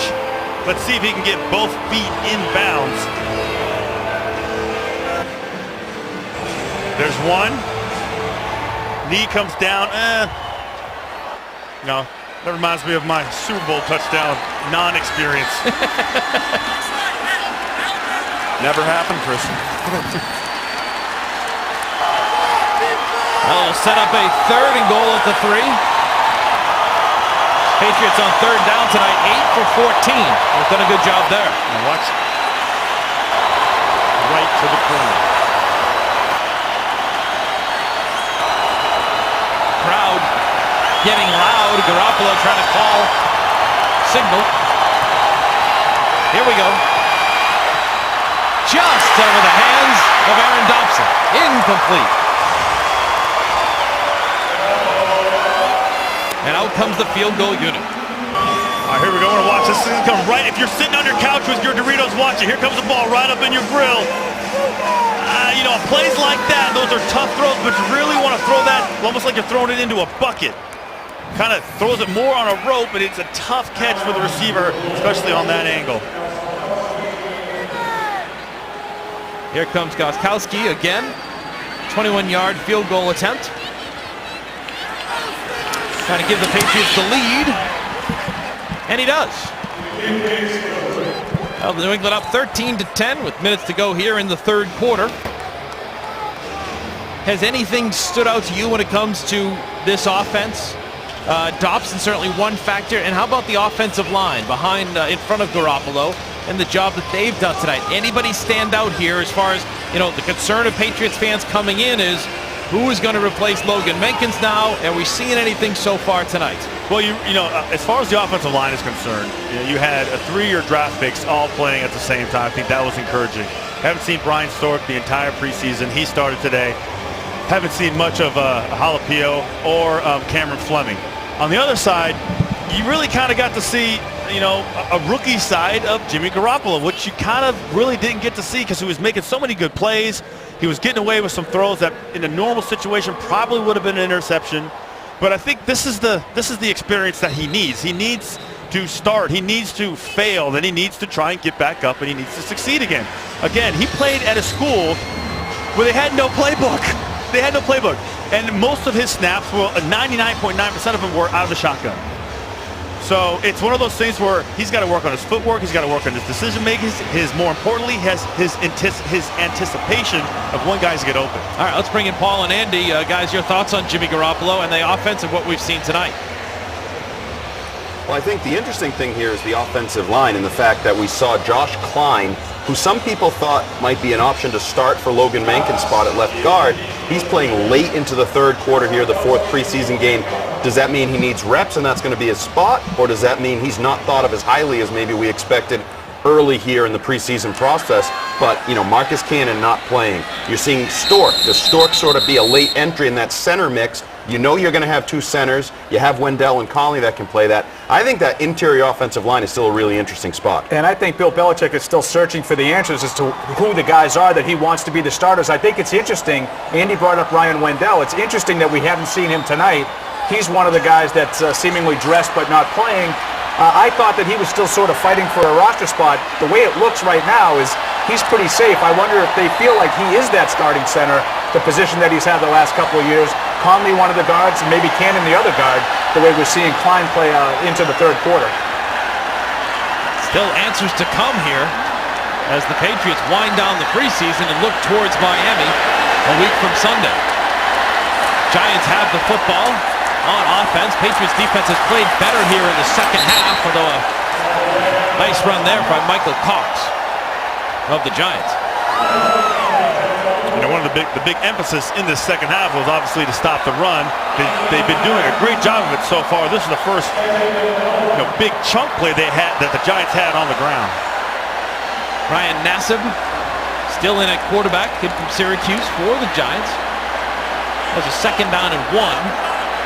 Call signals up the line.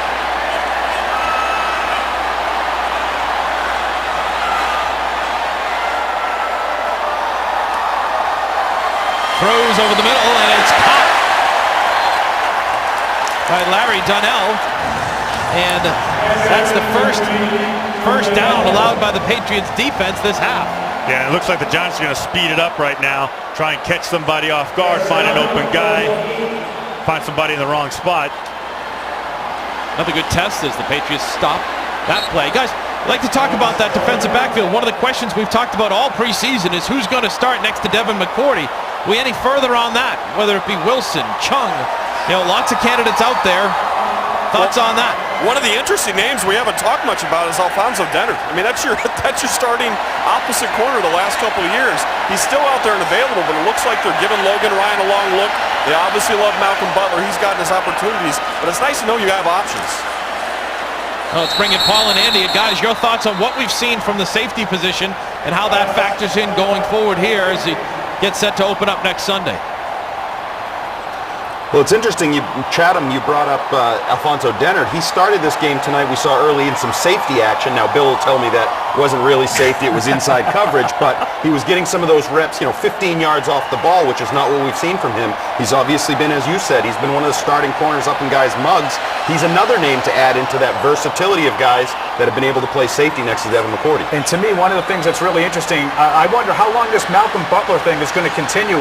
Is he legitimately a candidate to start opposite Darrelle Revis in week 1? We already talked about Bronner won't be available. Dennard hasn't had a lot of snaps out there.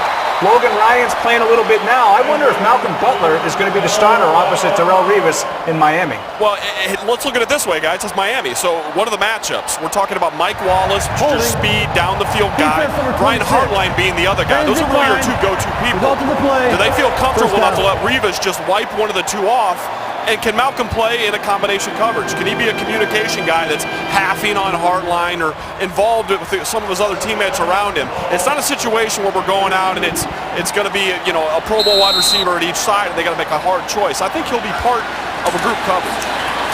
Well, the penalty was called on Logan Ryan, but the reception to Larry Donnell overrules that as the Giants get another first down as they continue on this drive. Daxton Swanson to stop. There's Zach Moore as we wind down here in the third quarter. It's funny, we've been through 4 preseason games, Chris. It still seems like there's plenty of questions out there that need to be answered over the next 10 days or so. Yeah, and it's always kind of an anxious moment for players and coaches, really, because those tough decisions need to be made. Massive looking end zone, bounces off of Swanson's helmet, it looked, and nearly picked off by Daron Harmon. And Christian, you make the point. I mean, it's that sense of uneasiness. When something happens like what happened with Logan a couple days ago, that changes sort of the tone in the locker room. For a lot of people that think I'm here, all of a sudden it puts that little seed of doubt in. It's like, well, what are they thinking, So everyone's on edge. Everyone wants to go out and sort of make their point. And if you've been seated tonight, you're presumed that means you're here, but maybe there's that little thing in your head that says, I'm not sure what they're thinking. So we're all going to wait right down to the wire. There's Nassib on third down, complete for a first down, and now a fumble on the play. And Daxton Swanson jumped on it, and it looks like the Patriots will have the football as Adrian Robinson coughs it up. And they do. First off, Ebner starts this play with a great, nice form tackling, and here comes Swanson. He knows that he's down, but he's going to try and rip that ball out. Nice job, and he has the ability to fall on it after he strips it free. It's been a pride of the Patriots and Bill Belichick in all the good years, all this run we've seen here. The turnover ratio, a big factor for the Patriots. They forced the turnover there. Bill loves to see that. And it's also, I believe the third time, guys, that we've seen a play like that in this preseason. Specifically a drill that they do in these training camp practices where the guy, one man wraps him up, the second guy has to strip it out. This is practice carryover. You know Coach loves to see that. Take over first and 10 of the 18. 1 second to go here in the third quarter, and that will do it as Roy Finch gets the carry. We'll come back with the fourth quarter as the Patriots defense steps up with a big turnover, gives the ball back to Jim in the offense. Good job by the Patriots D. Looking for some tickets for Sunday, September 7th. 1 o'clock, Patriots open up their season at Miami. The next broadcast brought to you by Ace Ticket, the official fan travel partner of the Patriots. For information, call 1-800-MY-SEATS or visit aceticket.com. Next Sunday, the Pats begin that regular season in Miami against the Dolphins. Be a fun game to go to, starting off the season in the warmth of Miami. Here's Garoppolo, complete. Aaron Dobson on first down. Always a fun time in Miami. How did that affect? How much will that blast of hot air when you get down there? How much did it affect you guys early on in the season? I don't like to admit it, but when you get off that plane, your legs automatically feel about 10 pounds heavier. Yes, they do. First time you roll around the old infield, which I don't know if they have that problem anymore. Is the infield up? They don't have to worry about that anymore, so there's no dirt to roll around. Yeah, the Marlins don't play there anymore. It's incomplete on third down for Garoppolo as he tried to hit Aaron Dobson. Patriots will come out to punt. When you look at the Miami Dolphins and the team that they will be facing in the Patriots, take a look at some of the things that we'll see. No Sean Moreno, remember him from the Denver Broncos. He joins the Dolphins along with Lamar Miller in that backfield. A revamped type of offense and a bit of an underrated defense. What do you think? That offense, I'll tell you what, it's like every person is new. Every person is new. They're going to bring in a whole new offense, new offensive coordinator. Ryan Tannehill starting on his third year. And I tell you what, that defense is underrated. Physical, attacking style defense. A little juggle of the football by the Giants. We saw the Patriots go through that, but they maintained possession. One thing. 10 days away from the Patriots and Dolphins in Miami. Final moments of the preseason coming up. Have it, the concrete jungle where dreams are made of. Why am I saying that? Because Chandler Jones is thinking about Jay-Z and Alicia Keys' Empire State of Mind on his playlist. You can check out players' favorite songs on Patriots.com this season as part of the Bose Pump Up playlist. How'd you like me reciting? Not a concrete jungle is where dreams are made of. Oh, no. Oh, man. Don't ever do that again. I'm hip. I'm happening. I mean, and here's the thing. At least you said it with your chest. You went after it. You knew you were going to sound silly as all get out, but you went after it. I'm impressed. I'm proud. Chandler wasn't quite the rap I had last week. But Chandler looks a lot better saying it, sure, than I do. All right, Curtis Painter in a quarterback for the Giants here. And Kendall Gaskins with a big run for the Giants. Patriots run defense had done a good job getting into that, or getting rid of that stuff there in the second half, but a gain of 19 there. All right, well, I want you to watch this right here. Watch this Gerard Davis right here. Watch Big 77. That's what you call getting knocked out. I mean, he tries his best to take on that block, but that's a lot of beef coming at him at a full head of steam, and there's nothing you can do about it. They had 18 rushing yards before that play in the second half.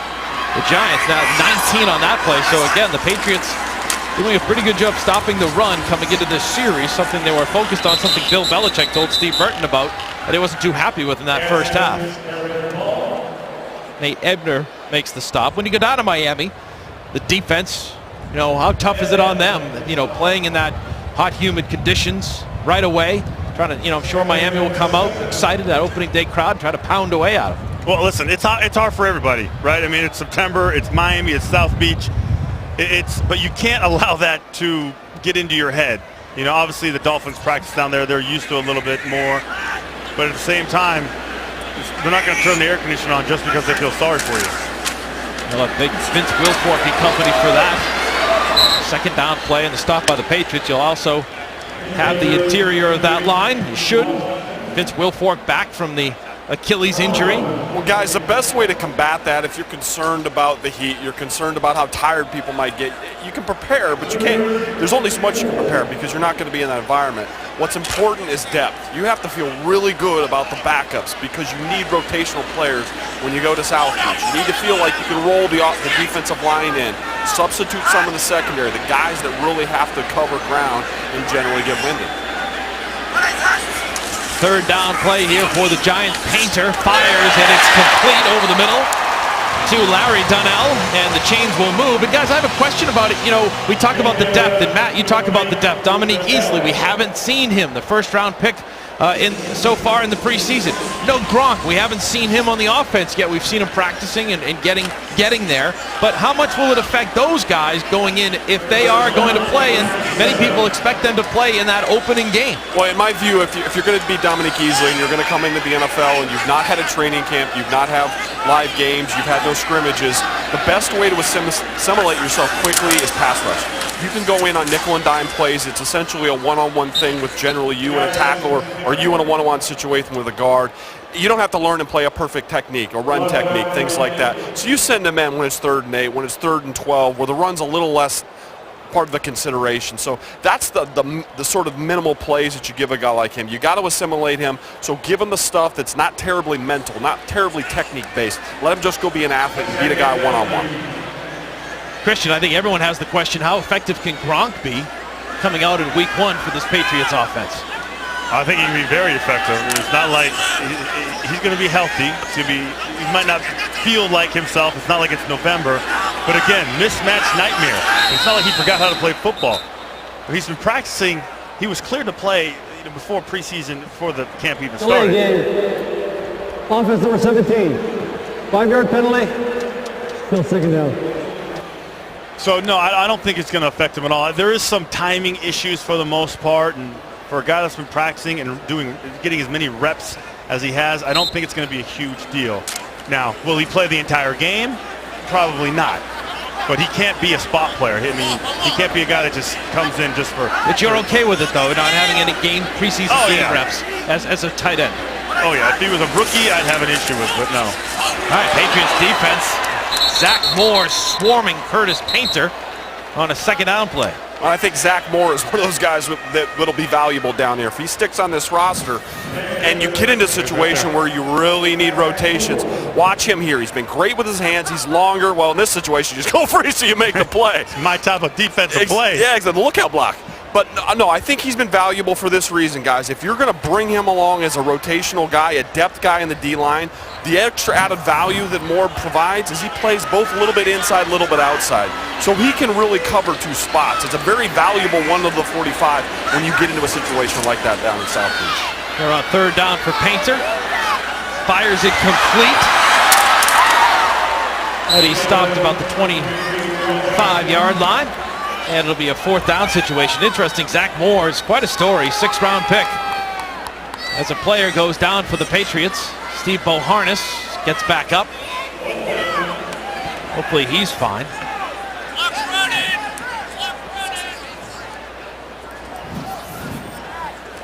Take a listen. Contact you don't want to see. Boharness slow to get up on this one. Yeah, big collision there. On to attempt the field goal.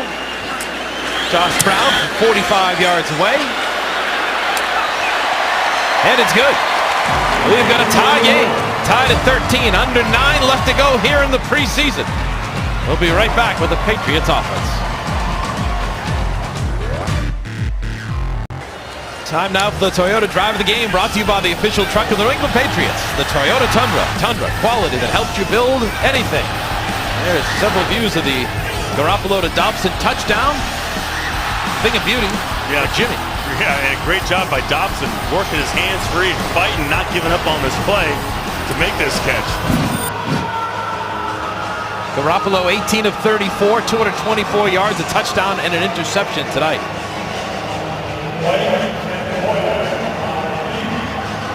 Jimmy was excited to get the start in his 4th preseason game. Bill Belichick gave him the role of talking to the media, everything that a starting quarterback would do was to get him comfortable in that situation. There's Josh Boyce on the return for the Patriots. All right, New England will start 1st and 10. Here comes Jimmy with one more shot. We'll see if he can get something done.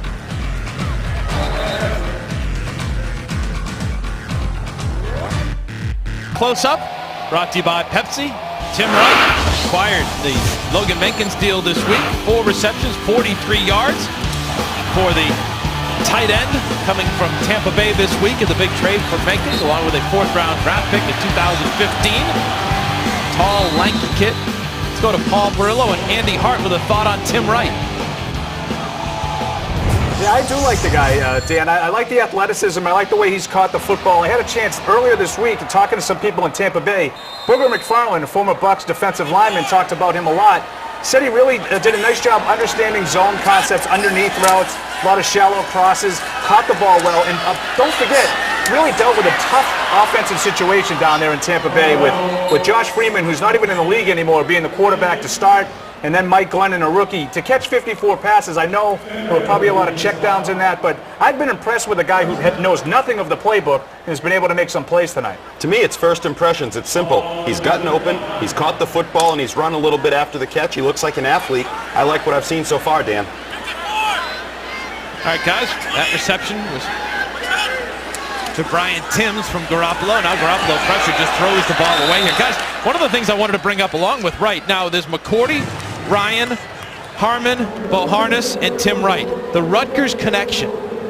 I think fans out there are saying, why so many guys from Rutgers on this Patriots football team? Let's bring it down. Matt Chatham, what are your thoughts there? Well, it was sort of a ha-ha thing for a while, but it appears that he's hit on a lot of them. So I guess at that point, the joke's not so funny. I mean, these guys have all been guys that have been smart players. They've been role players, and in some instances, like Devin, they've actually been stars. So the guys has really paid off. I mean, I don't know if it's so much a Schiano thing or the particular system that they were raised in as far as not having the moment be too big for them. But whatever they got going on down here, in Jersey, seems to be working. So they've kind of found a gold mine. Yeah, Christian, Bill Belichick said to us yesterday, it's a good program. They know how to play football, know how to prepare. They're not overwhelmed when they come into the NFL. They know the mental part of the game, and they're pretty tough mentally. Well, and if you sit down and you talk to them individually or collectively, they all basically have that same demeanor and that same attitude towards the sport and what it takes to win. They all like know what to say. Jimmy goes down.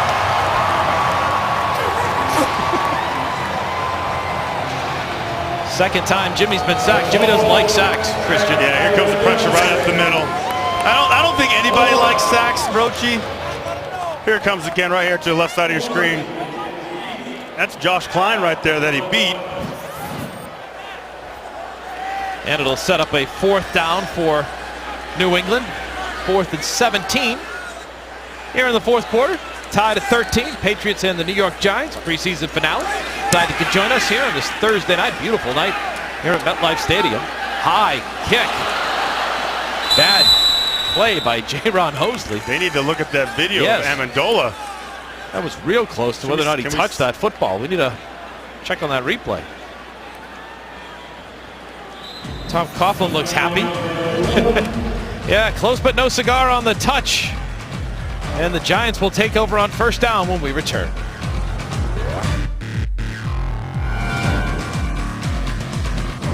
Opponents that you'll face. Take a look at some of the notable opponents this coming season. The Miami Dolphins, Jets, of course. They'll circle that one. Revis returns, and then how about that one? Peyton Manning and the Broncos on November 2nd, and then Andrew Luck, Indianapolis at Indy on the 16th. November 30th at Green Bay against Aaron Rodgers and that explosive Packers offense. Let's go to Andy Hart and Paul Perillo. Which game do you think Bill Belichick's looking forward to most? I don't know if he's looking forward to it the most, but, those Patriots, the Brady Manning Patriots Broncos, are always great games, and that's what I'll be looking forward to. It's last year during the regular season, great game. You get to the AFC title game, now you have a rematch in the regular season, which people assume will be a precursor to the AFC title game, so that's the one for me. Yeah, I mean, that's the one that never really disappoints. To me, just to be different, I'm going to go the game at Lambeau Field. You don't get a chance to go to Lambeau, but once every 8 years, so Aaron Rodgers, Green Bay, that's a game I'm looking forward to. Plus, could it be a Super Bowl preview? Who knows? Who knows? Look at you guys speculating. I'd love to hear that. It's not like you two. Generally very conservative. Speculating as a possible team.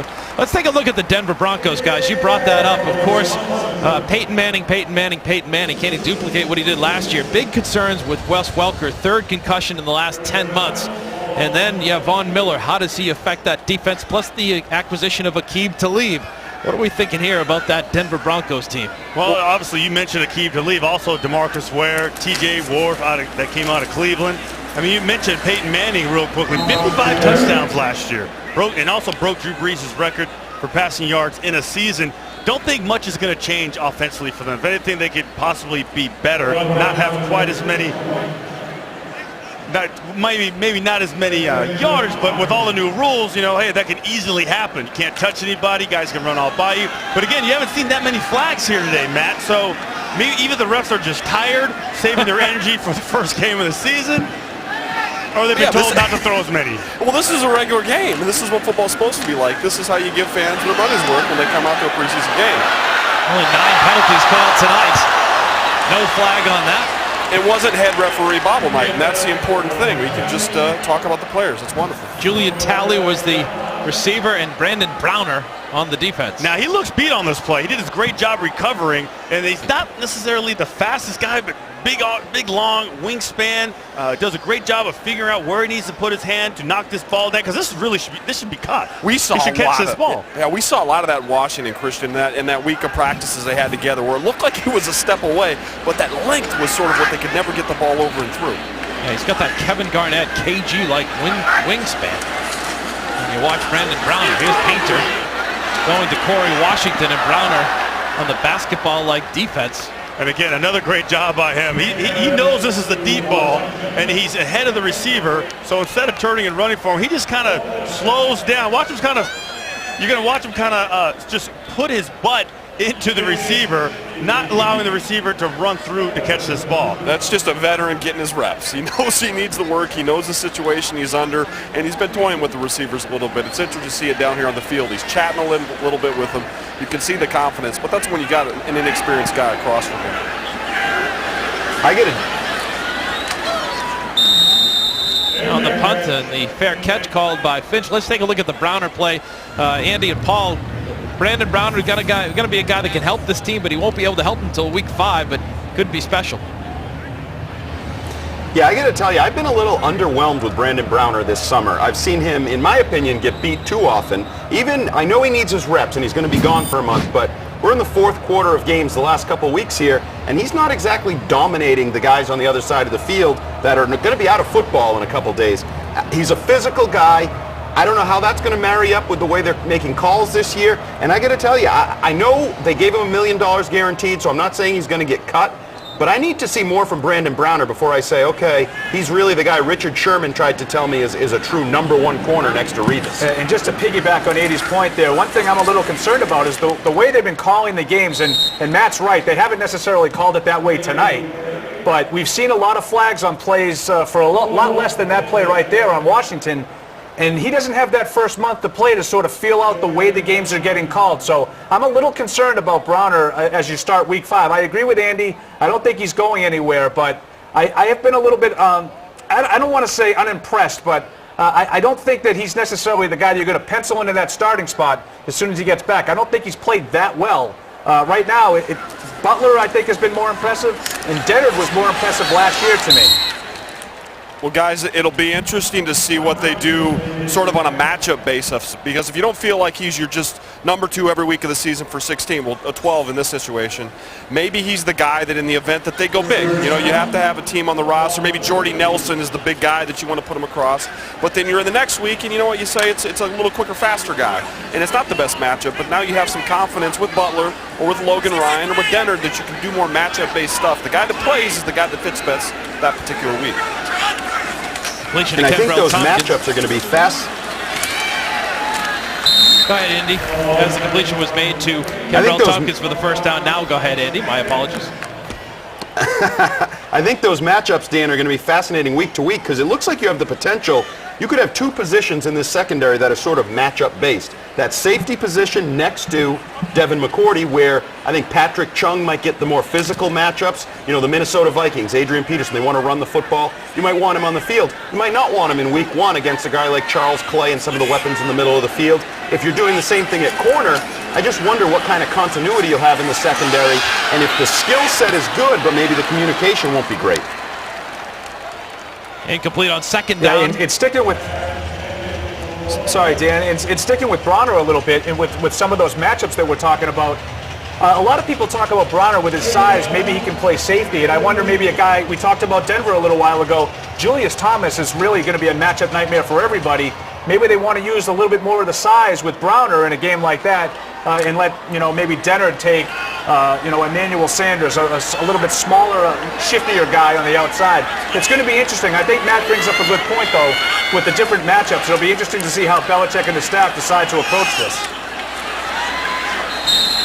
Well, you remember last year in the AFC Championship game, once Talib went down, Patriots defense had a tough time in handling the Thomas tight ends and wide receivers. See if Tompkins makes the reception there.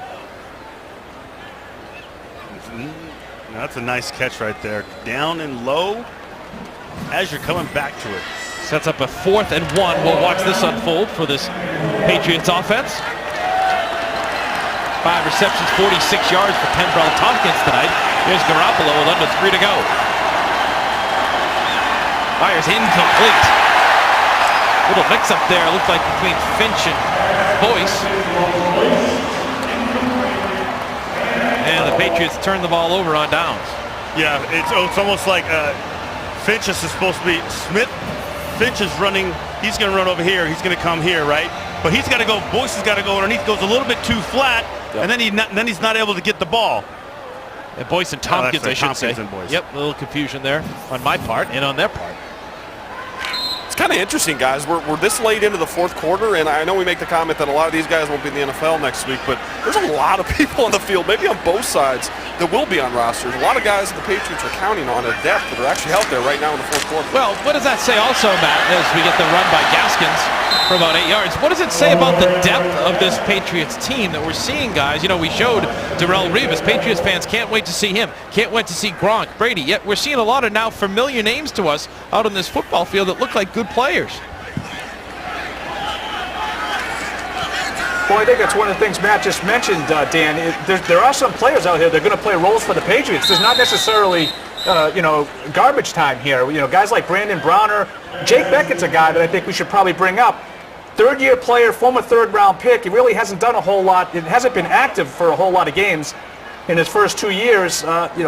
He's getting a chance to play a little bit. All right, we've hit the 2-minute warning. 2 minutes left to go in the preseason as we gear up for the regular season a week from Sunday.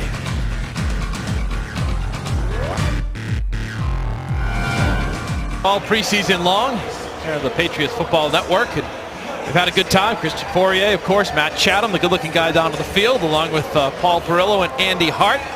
As Christian Fauria has provided nice things on the telestrator as well, all preseason. But guys, it's been an interesting preseason, a fun preseason, and of course Steve Burton, part of our team here, and he'll be with us in our 5th quarter post-game show coming up in just a few minutes. But yeah, they said let's do a wrap.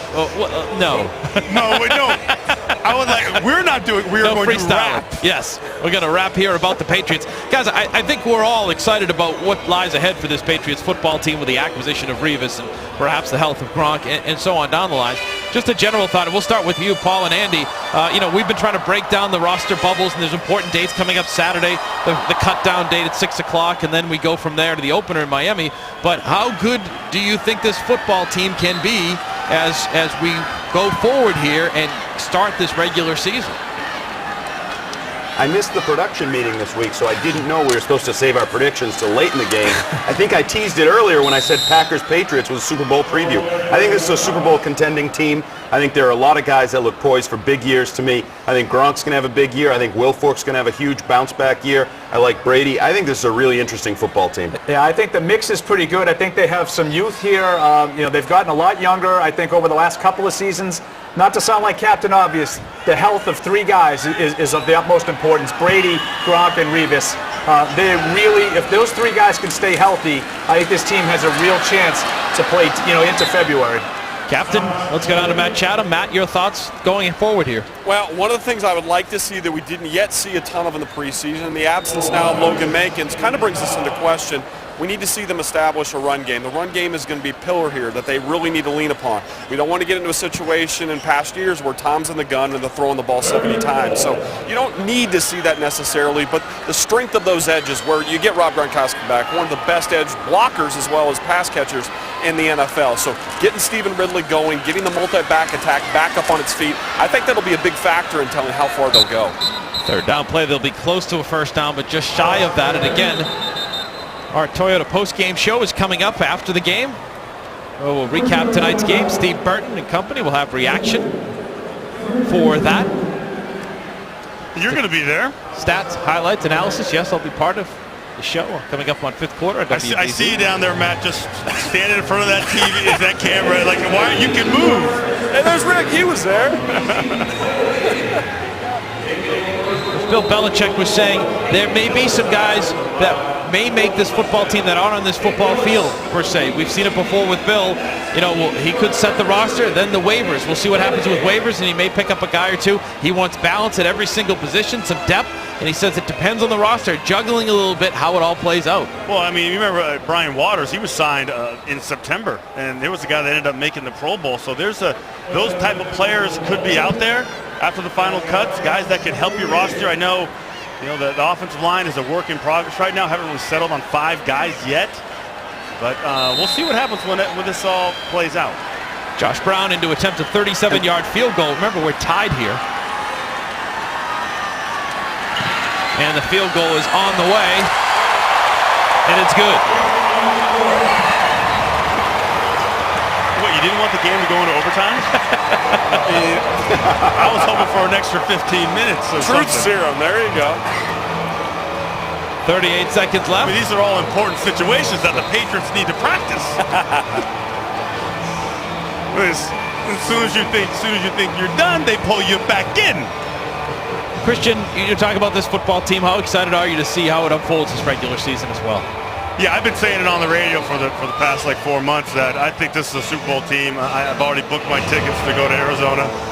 No, but the funny thing is, when you watch this and you see and you think back to the Super Bowls that the Patriots have won, you realize it's really hard. You have to be good, and you need to be a little bit lucky.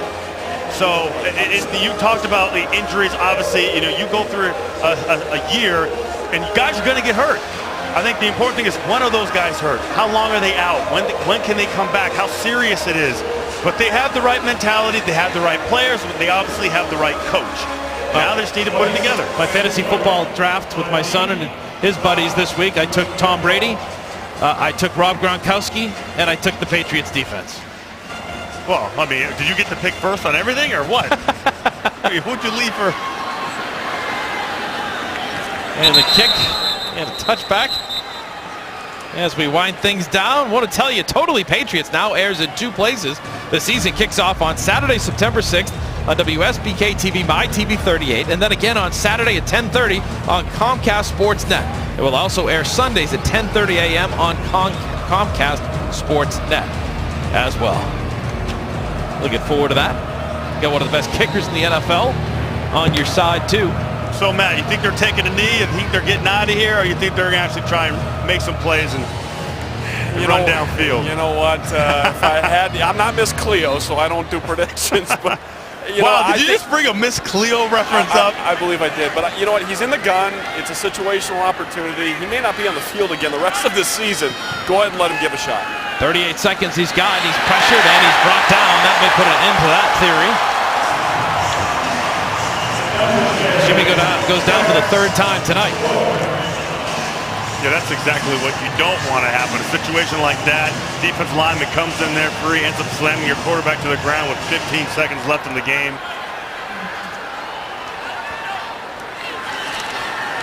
They try one more time, fires, and it's knocked away, out of bounds with 8 seconds left to go on the clock. I want to thank all of our crew and the job that they've done behind the scenes for these Patriots productions. Hope you've enjoyed our broadcast. We do have the best crew in the entire NFL. I mean, honestly do. I mean, I know you guys don't see it, but if you go around long enough and you see all these other production crews, there's not a more professional group. Why are you laughing, Matt? I'm not. If I'm laughing, is that a laugh? I was saying that seriously. It was more of a chortle. No, they're awesome, Great guys. group of guys. We got the best group. It's absolutely true. Here's Jimmy DuBois as time winds down, and that will do it. I want to thank Paul Perillo and Andy Hart for a job well done once again tonight. We'll come back with our Toyota post-game show. Stay with us. 16-13. The Giants win the fourth and final preseason game.